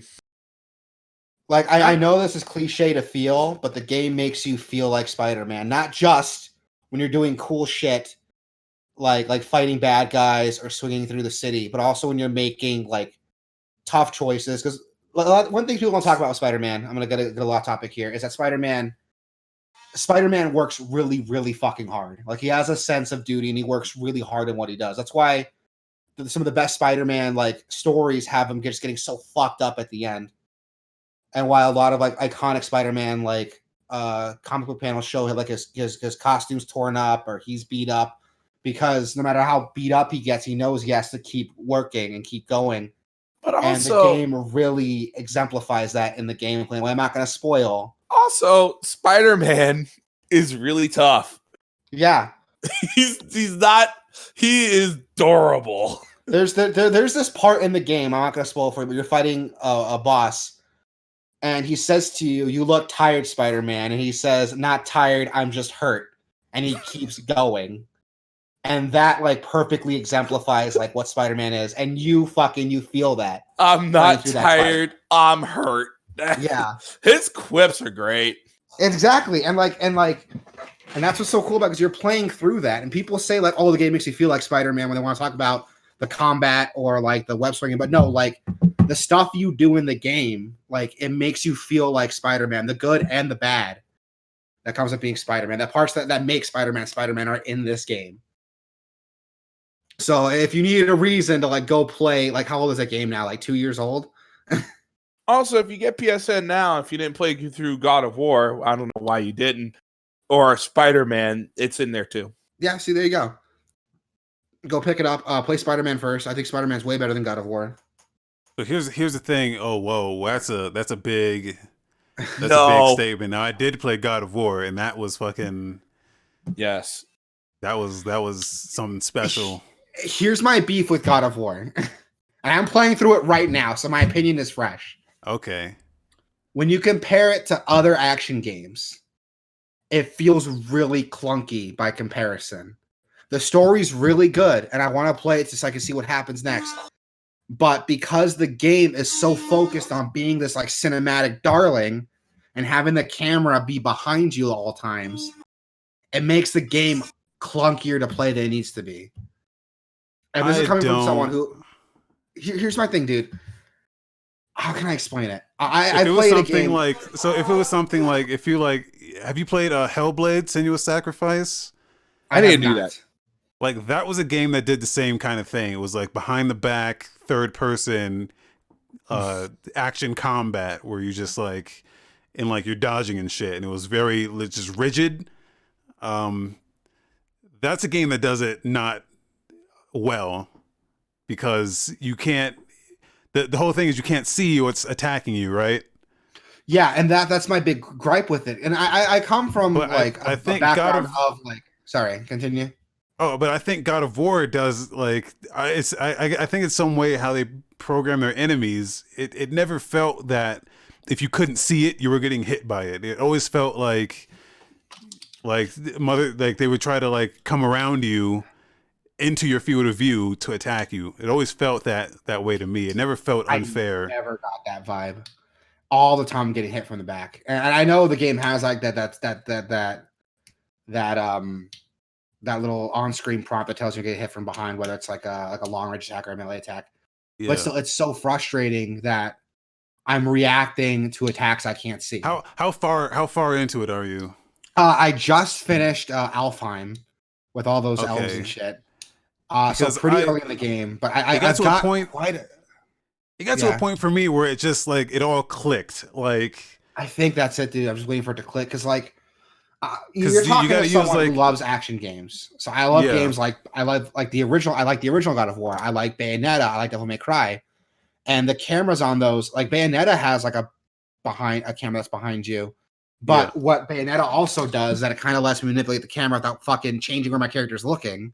Yeah. So if I'm attacking someone, I can turn the camera and check behind me. I can't do that in God of War. Because if I turn the camera, I'm turning my whole fucking character model. But there's extremely valid arguments there. Like you're not wrong about that. But I don't know. I just felt like it never felt. I don't. At a certain point, I felt it all gel together when like you're getting your combos right, and then like Atreus is like, "Hey, behind you, motherfucker!" And then like you hit his button and he'll shoot some arrows, and then like it all felt like it all gelled together in a way that if you're paying attention, you can make everything happen that you need to happen. I think that's my beef with it because it's a me problem. I'm comparing it to other games instead of. I keep trying to play it like this isn't like what I'm used to instead of playing it for what it is and what's trying to teach me. Because I'm very much a platinum. Like I fucking love Bayonetta, so I know exactly what you're talking about. Like you walk into it trying to play it a certain way, but like it's definitely a game that. The more you try to the more you integrate with its systems of what it has to offer, like it just feels fucking incredible. Like you're getting your combos off, you're hitting the Atreus button, he's shooting his arrows, and you run up to a motherfucker and then like combo off of that. Like but also like you get other weapons that are built for group combat as well. Yeah. I think you get like 3 or 4 different weapons. And I think that's my gripe with it is I'm not playing it like it wants me to. Yeah, you're meant to be switching weapons. You got to like switch weapons mid combo. You got to like use Atreus to chain combos. It's all about like chaining shit together and and like switching everything up as you go. Which I'm trying, but you convinced me. I'm gonna give it another shot. I've kind of slowed down on it now because I'm just not getting into it. Yeah. But I think I just need to keep trying it until it like clicks. I think one day it's just gonna click and I'm gonna be like, oh, I get it now. And once I get that, I get it now moment, it's gonna be a much better game for me. Because right now the story's phenomenal. I love the story. Yeah. I love where the story's going. Even if it does do that annoying, like, we're not gonna make this a cutscene, we're gonna make this like an annoying part where you walk slowly while people are talking. I fucking hate that in games. Yeah, it does the Gears of War. I'm gonna put my fingers in my ear and and slow walk for a minute. Yeah. Yeah, I hate that. I hate when games do that. But that's why it does that. It's because here you won't have to deal with that with the PS5 because they're hiding loads is what they're doing. If they're hiding, we'll just make it a cutscene. Just make it a cutscene. I won't be as mad because then I can like take a break, get up, like maybe make a sandwich. Yeah, I don't have to hold like forward on the stick the whole time. But yeah, so I gotta check out Spider-Man. It's definitely it's been on my list for a while. Would it be cheaper to just buy it now? Yeah, it's about $20. You can buy it for $20, and I think it's only on now to like July though. I want to say no. That's just okay. Yeah, that one's going to whatever. Yeah, they're temporary. So the other game we didn't talk about, we were talking about. There's a third game coming. This thing is the Gold Club. It's a golf what the hell is that? I did not know what that was. It's a golf game. Oh, so fuck that then. I don't even. I guess they have to be made, not like tennis games. I'm sure. Yeah. Joking aside, I know that there's people who play golf games, and if you do, good for you. I'm happy that you can find something that I find boring. Good for you. At least it's not a lacrosse game. I don't know. I mean, at least like I don't know. Lacrosse is fun if you play it. Like a real sport. Golf is fucking boring. Like I try.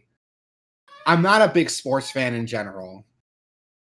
Like that's why I can't stand watching golf. The big component. Oh yeah, no, you can't watch golf. Golf watching is not. You got to be awful. You got to do golf. It's awful. I was at my buddy's place. He was like a huge like golf fan, and he invited me over to his place to like watch some golf tournament. I was bored out of my fucking mind. Like thank God he had beer and chips, or else I wouldn't know what to do. Everyone whispering, golf is a beer sport. That is a beer sport. Yeah, it could be worse. You could be Dexter's dad and literally whispering at the TV, and then you have to pee, and then after that, the kids are watching Wheel of Fortune. You say Dexter, you mean Dexter's Lab? I remember that episode. Yeah, I don't. It was a golf game. He was trying to watch a golf game, and there was nothing happening, but he had to piss real bad, and he was like, "Fuck! If I go away, I'm gonna miss the tee off." And then I remember that. Oh, I remember that. Yeah, you're right. and he did, and Dexter checked the TV, and then he came back, and then they're in his special chair. I wonder if Dexter designed the special chair. That would piss me off though. Like it doesn't matter. Like I think golf is fucking boring, but it doesn't matter. Like if someone's like doing something, like don't fucking take that away from them. Yeah. If someone took the effort to make a day out of watching someone play golf, even though you find it fucking boring, just let him have his thing. He's like, yes, this is golf. I'm gonna watch this golf, and it's gonna golf and golf. No, we get severely off topic. If you like golf, good for you. I think golf is fucking boring. I'm not even if you for like that. It, good for you. Yeah, I'm not for it.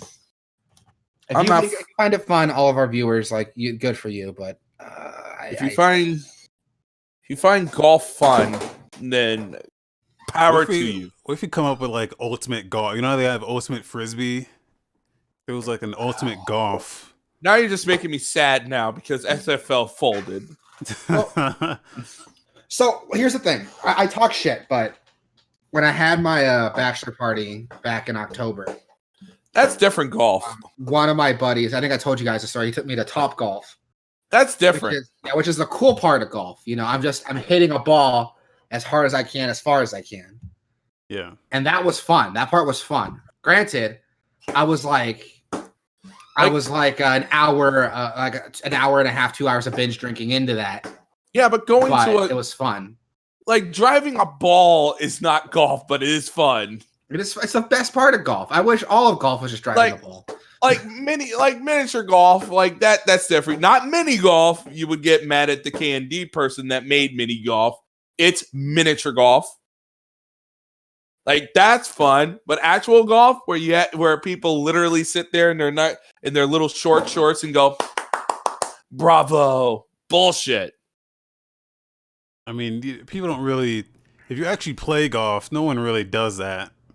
It's just like you and a buddy getting drunk and then swinging and then getting pissed off. And then like they eventually kick you off the hole if you take too long, which do they really? I mean, yeah. Really? Well, because there's people behind you. So like they stagger you so that you'll have enough time to do the hole and then take a little extra time if you need it. But if you take way too long, they catch up to you and then they kick you off to the next one. They don't kick you off, they just force you to move on to the next one. So you don't really have to play. You can just get drunk and have fun and just fucking take swings and then when they kick, that's how I played. I don't know about you guys, but I might try that. I didn't. Fun. I mean, once you get drunk and do something, like it's a lot fun. The only golf I want to play is Hot Shots golf. The only golf I care for. That's like arcade golf. Yeah. So there you go. If you like Spider-Man, Just Cause, and golf, go get PlayStation Now. Golf. And next in the news, we have a new update from No Man's Sky. No Man's buy is now everyone's buy. It's an Exomech update. Introduces Mech Walker that you can customize. Can you actually kill things with this thing? Yes, but you can kill things without it too. Okay.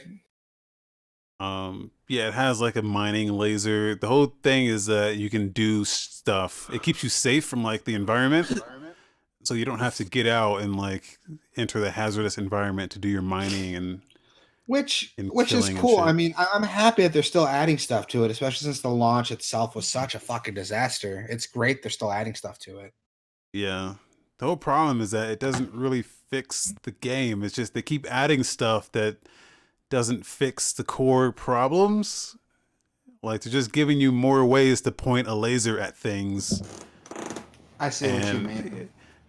Like it's not really the core loop of the game is still boring as fuck. They're just giving you more ways to do that.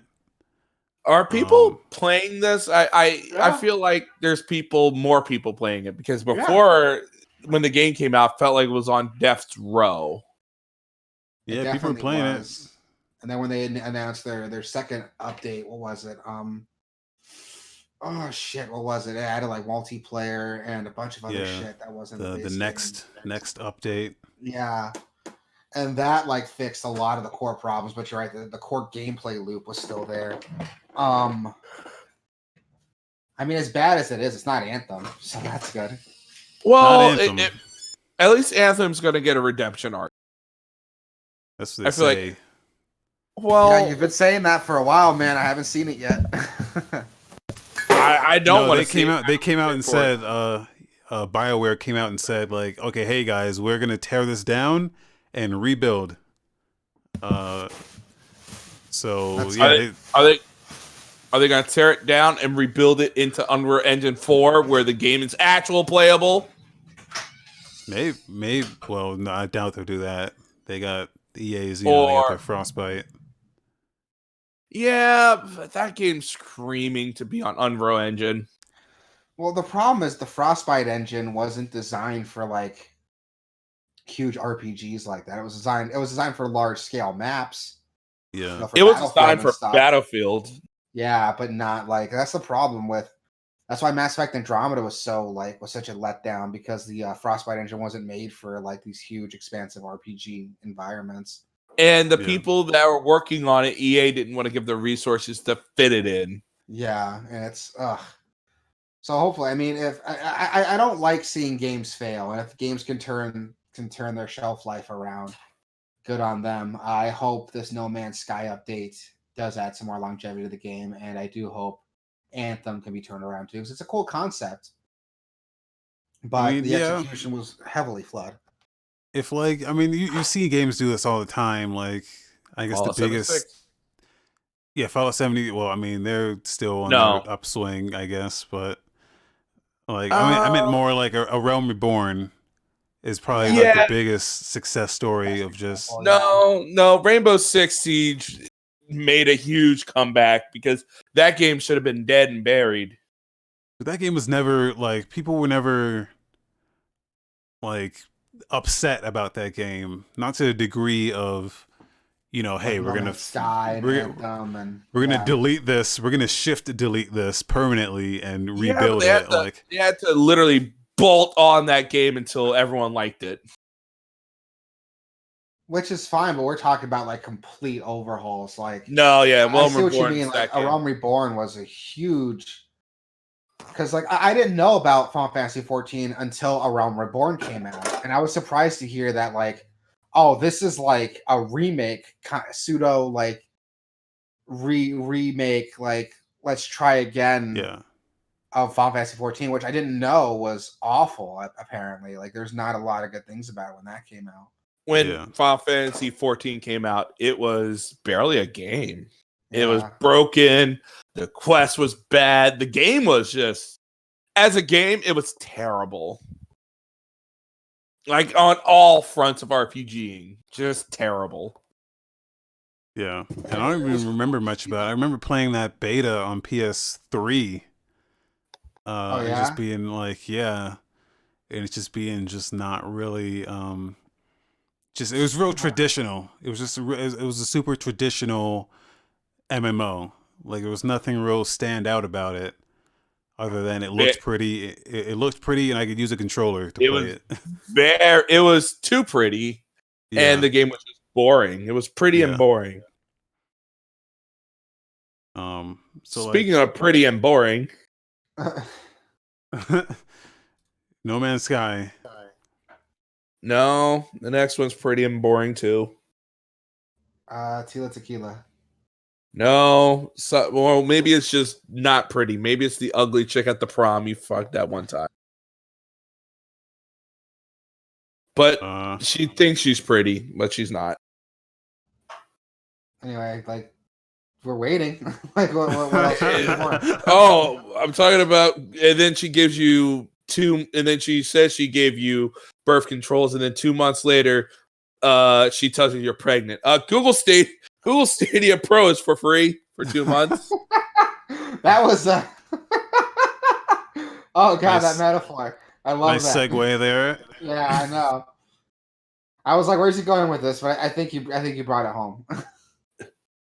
Well, I mean, I'm just saying, wouldn't you like that surprise?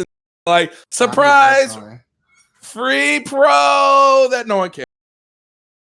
Does anyone care for this? Yeah, I put this in there just to raise awareness. Yeah. Yes, awareness indeed. You can get Stadia Pro for free right now. Sure can. Months. Right on. So if that's something you want, you can. The service will be free, but you still have to buy the games, right? No Chrome required. No Chromecast required. I do believe the games you get are for free. Well, some of them are free. Destiny, I think Guild. This is their pro thing where they give you a free game every month. Yeah. They give you a free game. Like whatever March's free game is or whatever. Or whatever that is. You'll get to play that, and then it's whatever. Yeah, so if anyone's dying to try that. Google Stadia. First off, you still have your Google Stadia. You don't need it. Oh, you don't need it for Stadia Pro? No, you just download it. You don't need it for this. You need it for 4K. I hear you. Yeah, Okay. but games don't even. There's not like a single game that runs at 4K. Also, they said. Also, the other thing they said about this was, in the trying times that you're all stuck in the house, Google Stadia is for free. Fuck off. God. Yeah. And now you can play. If you wanna pay for games, like we used to do back in the day. What? We got some new games coming out. You mean cold hard cash? Yeah.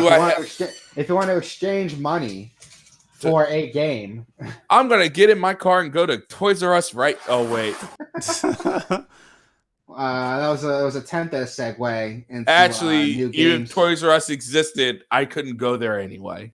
Well, Toys R Us. Okay, people are upset Toys R Us is gone, but they fucking did it to themselves, man. Like those who can make it. Those who can't die like Toys R Us did. It's not the point. I'm just saying with Corona Chan, I couldn't go to Toys R Us even if it did exist. Yeah. I mean, Corona have to wait in the line for 30 minutes. Yeah, stay 6 feet apart from everyone. Oh my god! All right, what fun? What fun are we going to play in our journeys? We got some new games coming out. April 14th. Today we have Space Engineers is dropping on Xbox One, which is a pretty fun looking like space engineer building simulator type game. Similar to No Man's Sky, but it looks like there's a little bit more depth there than what No Man's Sky has. It's fun. It's more of there's more of an emphasis on like it's like Minecraft in space. Yeah.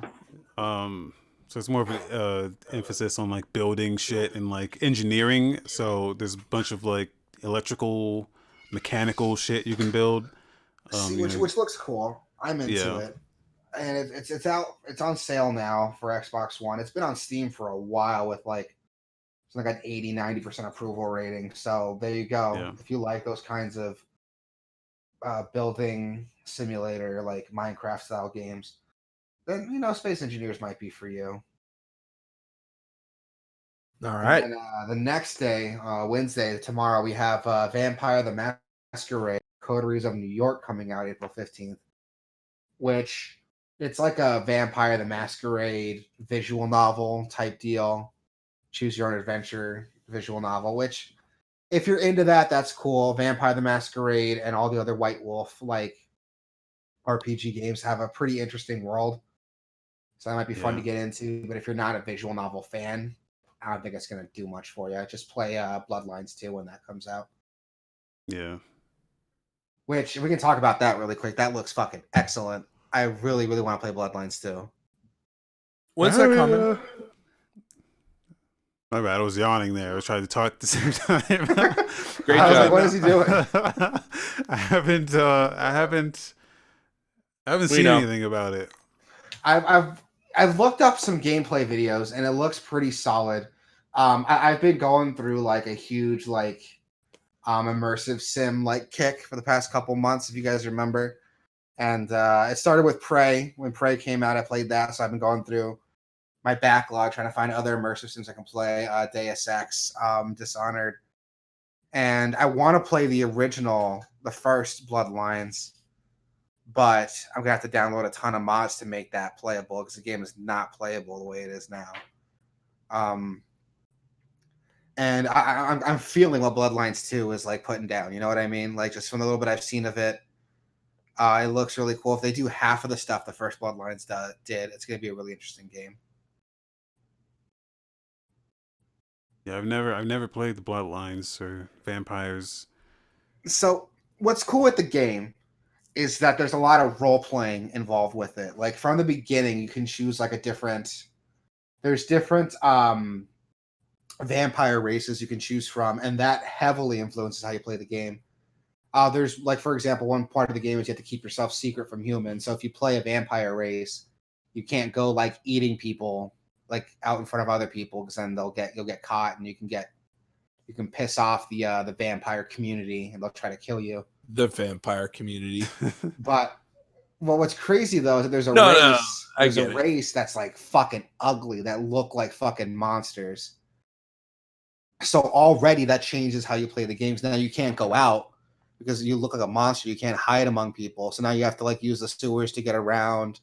You have to eat rats, and that completely affects how you have to play the game.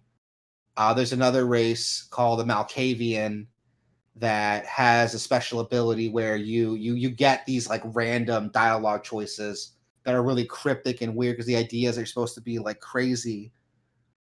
And while you're playing, the game will give you random hints that you hear from this like voice in your head that if you've never played the game before are just random like crazy thoughts. They don't just say get out.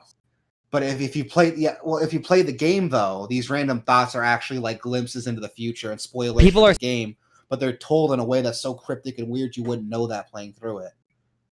And that changes how you play too. Like it's really cool because the game gives you these tools to like kind of play how you want. The problem is the game was on such a time constraint that it couldn't like fully utilize everything at its disposal. But Bloodlines 2 looks like it doesn't have that problem. Sounds like Deus Ex, but for vampires.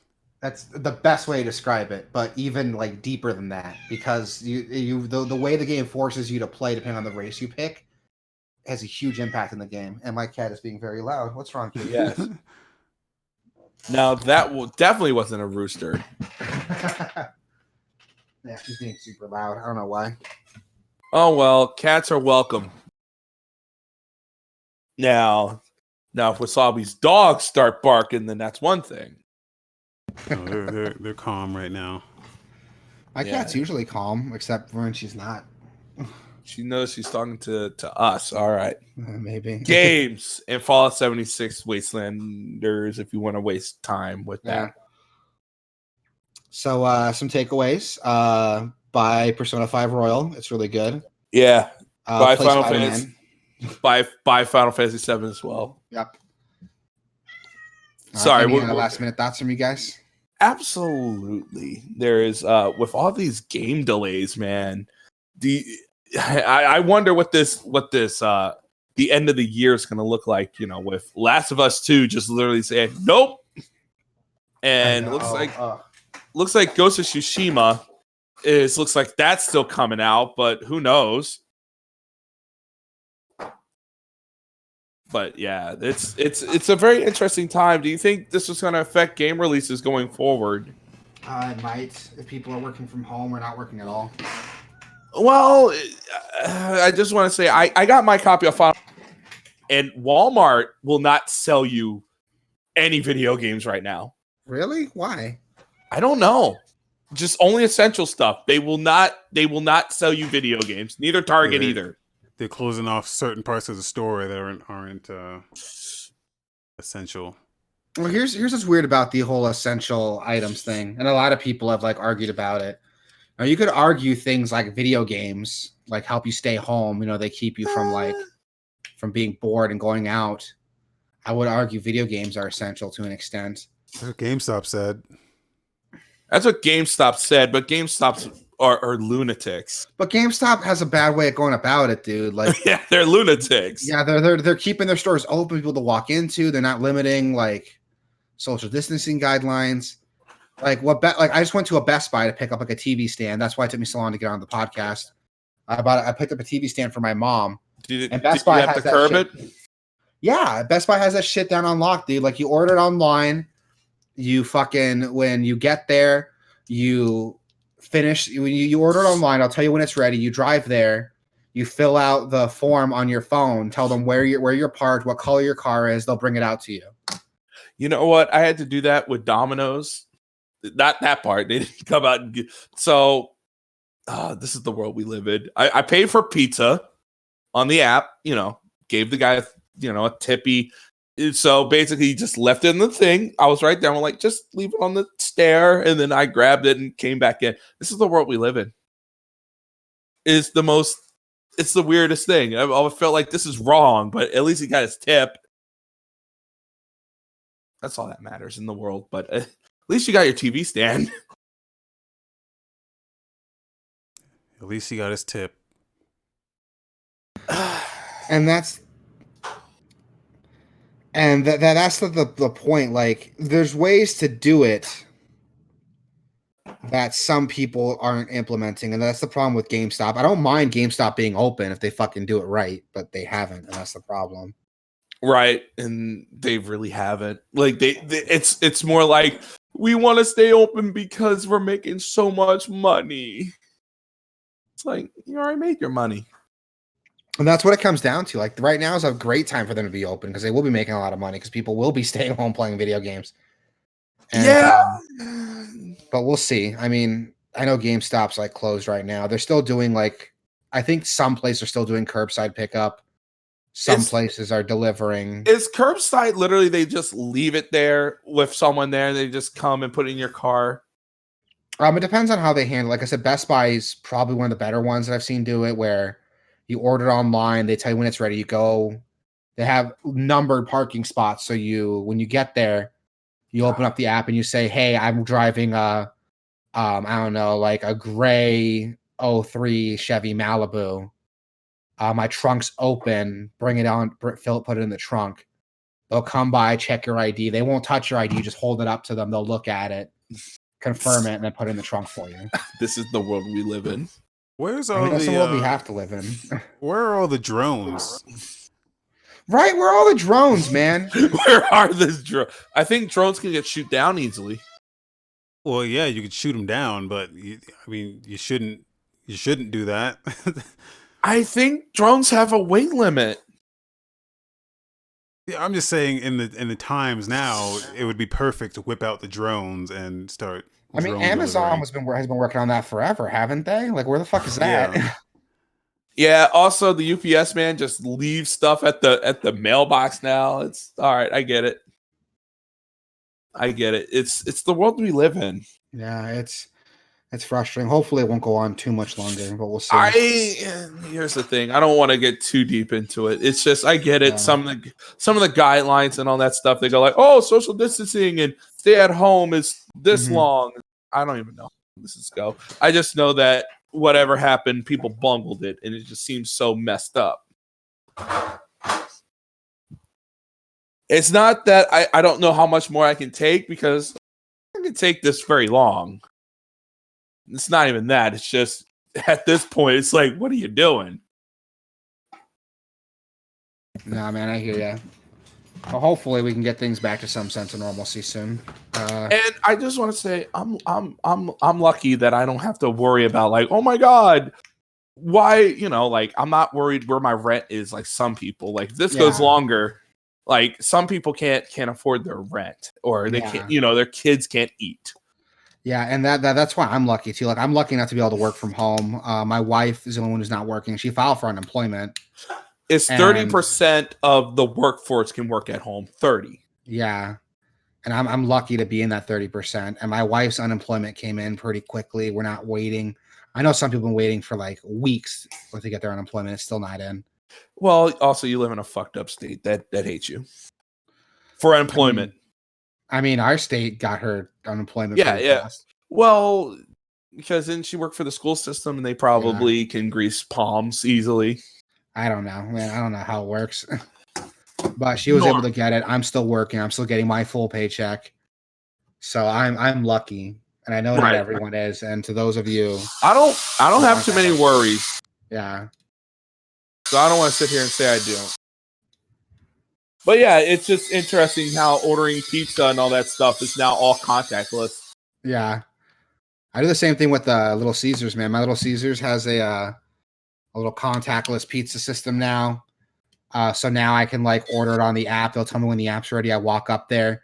There's a machine. I type my code in the machine. It gives me my pizza. It's awesome. Little Caesars is still open? Oh, yeah. I guess they are. Yeah. Little Caesars they've always had that though, I think. They started doing it this year, but it's gotten a lot more popular with the Corona outbreak. Yeah. So crazy. Let's talk about video games real quick. Yeah. Okay. I don't know. Just because this is a little shorter, I actually came up with 3 things, but I only want to do 1. Yeah, I'm fine with that. I only got time for 1 anyway. Okay. I want to know remember cheat codes? Yes. Do you have any cheat codes that you still memorize from like back in the days? So like for me, I remember ABBA? like, well, no, I remember like not like the ubiquitous ones. I mean, the ones where you had to like you printed out like a whole 37 pages from Yeah. whatever your favorite cheat code website was, and then like every time you needed it, you would look at it. But then you got to a point where you started memorizing them. I'm typing them in so much. Yeah, I have a couple actually. So there's two that's pop up my head. Weird game, first one. So the original Teenage Mutant Ninja Turtles game on GameCube. When you beat the game as a certain turtle, you unlock an alternate costume for them, and you got that costume by entering in a cheat code the game gave you. There was one for Leonardo. When you go to the cheat code menu, it was LMSDD, and I remembered it because when I was a kid, I wrote a rap to help me remember it. I don't remember the rap now, but I still remember LMSDD was that code, and it gave like a cool like costume for Leonardo. And another one was for Guitar Hero 3, the Guitar Hero 2 on PS2. To unlock all the songs, the code was the colors on the controller. It was red, orange, yellow, blue, red, orange, yellow, blue, yellow, blue, yellow, blue, yellow, blue, yellow, blue, over and over again until it unlocked. Damn. Yeah. I don't know why I remember just those two. I haven't typed those codes in like in 10 years, but I still remember them for some reason. The ones I remember specifically, like to this day, are the Grand Theft Auto Vice City weapon cheats. Yes. Because you were just punching those in constantly. It was like, oh, I need more ammo, need more weapons. And they were all there were 3 different codes, but they were all typed in just slightly different ways. It was also, R1, R2, L1, also the tank R2. one was fun too.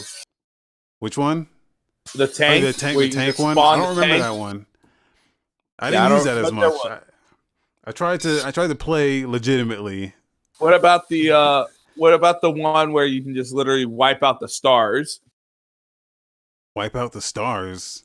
Oh, where yeah, you get a water I don't remember those ones. Like the ones I used like the most were just the weapon ones. There's a couple more I remember too. I'm a huge Spider-Man fan, so when the original like Spider-Man game came out, based on the first like Sam Raimi movie, it wasn't like I typed in a code on a controller. There was actually like a cheat code menu I can type codes into. Yeah. And there was one for Infinite Web, and the code was organic webbing. And I remember it because if you're a Spider-Man fan, Peter Parker always had web canisters that he built, but in that movie, it was an organic thing that he produced. Yeah.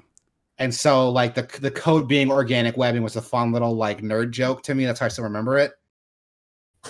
And another one was Sam Raimi. If you type that in, you got alternate costume skins based on some concept art for Green Goblin and for Spider-Man. The only ones I could remember is the ones from 007. Oh, yeah? Couldn't remember how to do those, but it was fun. Golden weapons, all that stuff. The one I do remember is the fart knocker code from South Park N64. Wow. Why would anyone remember that? Why not?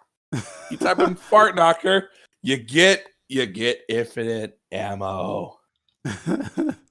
Infinite ammo. Another thing I remembered for the Spider-Man game. This is not a code, an exploit. But you can unlock. Well, one cool thing about this game that you don't see anymore is you can unlock the Green Goblin as a playable character, and he had his own like campaign, and it was its own like he reused the same levels. But the story was that like you're the Green Goblin's kid, you found all this Green Goblin shit, and you take it out to like figure out like why your dad has all this shit. And it's a pretty fun like roundabout way of like making you play through the same levels as Spider-Man. But it was a different game because now you had the glider, you had bombs now you can throw. Yeah. A lot of the combat stuff you couldn't do anymore as Peter Parker. You couldn't web swing, for example. So you had to fly your glider everywhere. And it was a really cool way of like playing the game. And there was no way to unlock it without beating the game on the hardest difficulty. But I learned an exploit. You can type in a code. I can't remember the code. But you can type in a code to unlock all the levels. But that still didn't count as beating it. You actually had to beat the game. But if you go to the last level on the hardest difficulty, which isn't a level, it's a cutscene of the ending. Oh. it counted as completing the game and unlocked that Green Goblin. Yay! And that one I remember because I did it myself, and I didn't know that was a thing. And the only reason I know it so well is I would tell all my friends about it. I would give them the code and give them directions like how to unlock the Green Goblin, and now I had a second game I could play through. I love like I miss that games don't have cheats anymore, man, because I don't know, that was part of the fun of the game was just the depth of it was achievements. Achievements, but like but there were games that detected when you put a cheat code in and disable achievements. Yeah, but people cared about achievements more than the cheat codes. I think my favorite cheats were on Glover on N64. Oh yeah. All you had to do was pull up the start menu and then start hitting the C buttons, and each one would do like a different sound. So like there was like a fart sound, a burp sound, a hiccup sound, and a chicken balk. And like so I would remember the cheats based on what sounds that they would make. It would be like hiccup, hiccup, and then like you'd unlock like stage 3 or something. And one of them was just cool. one of the cheats was just 8 farts in a row. Great. I love it. There's some modern games still do it. Like Shovel Knight has like some cheat codes that are just like stupid fun cheat codes. Like one of my favorite ones in Shovel Knight, I think if you put your name as like Butt Knight, it changes all the proper nouns to butt. So it's really stupid because the game's like Butt Knight, and instead of like Shovel Knight, it says Butt Knight. Instead of the order of no quarter, it's like the butt of no butt. It's really stupid. It's a really butt. Yeah, exactly. It changes the word shovel and all proper nouns to butt, and it's really stupid, but I love it. Also, the most famous cheat of all time, SimCity 2000. I am a cheat. I don't remember that one. I don't know what that does. Yeah, that gave you $10,000. You can just keep pounding it in there. Yeah. Or maybe it was 100,000. It was a lot of money.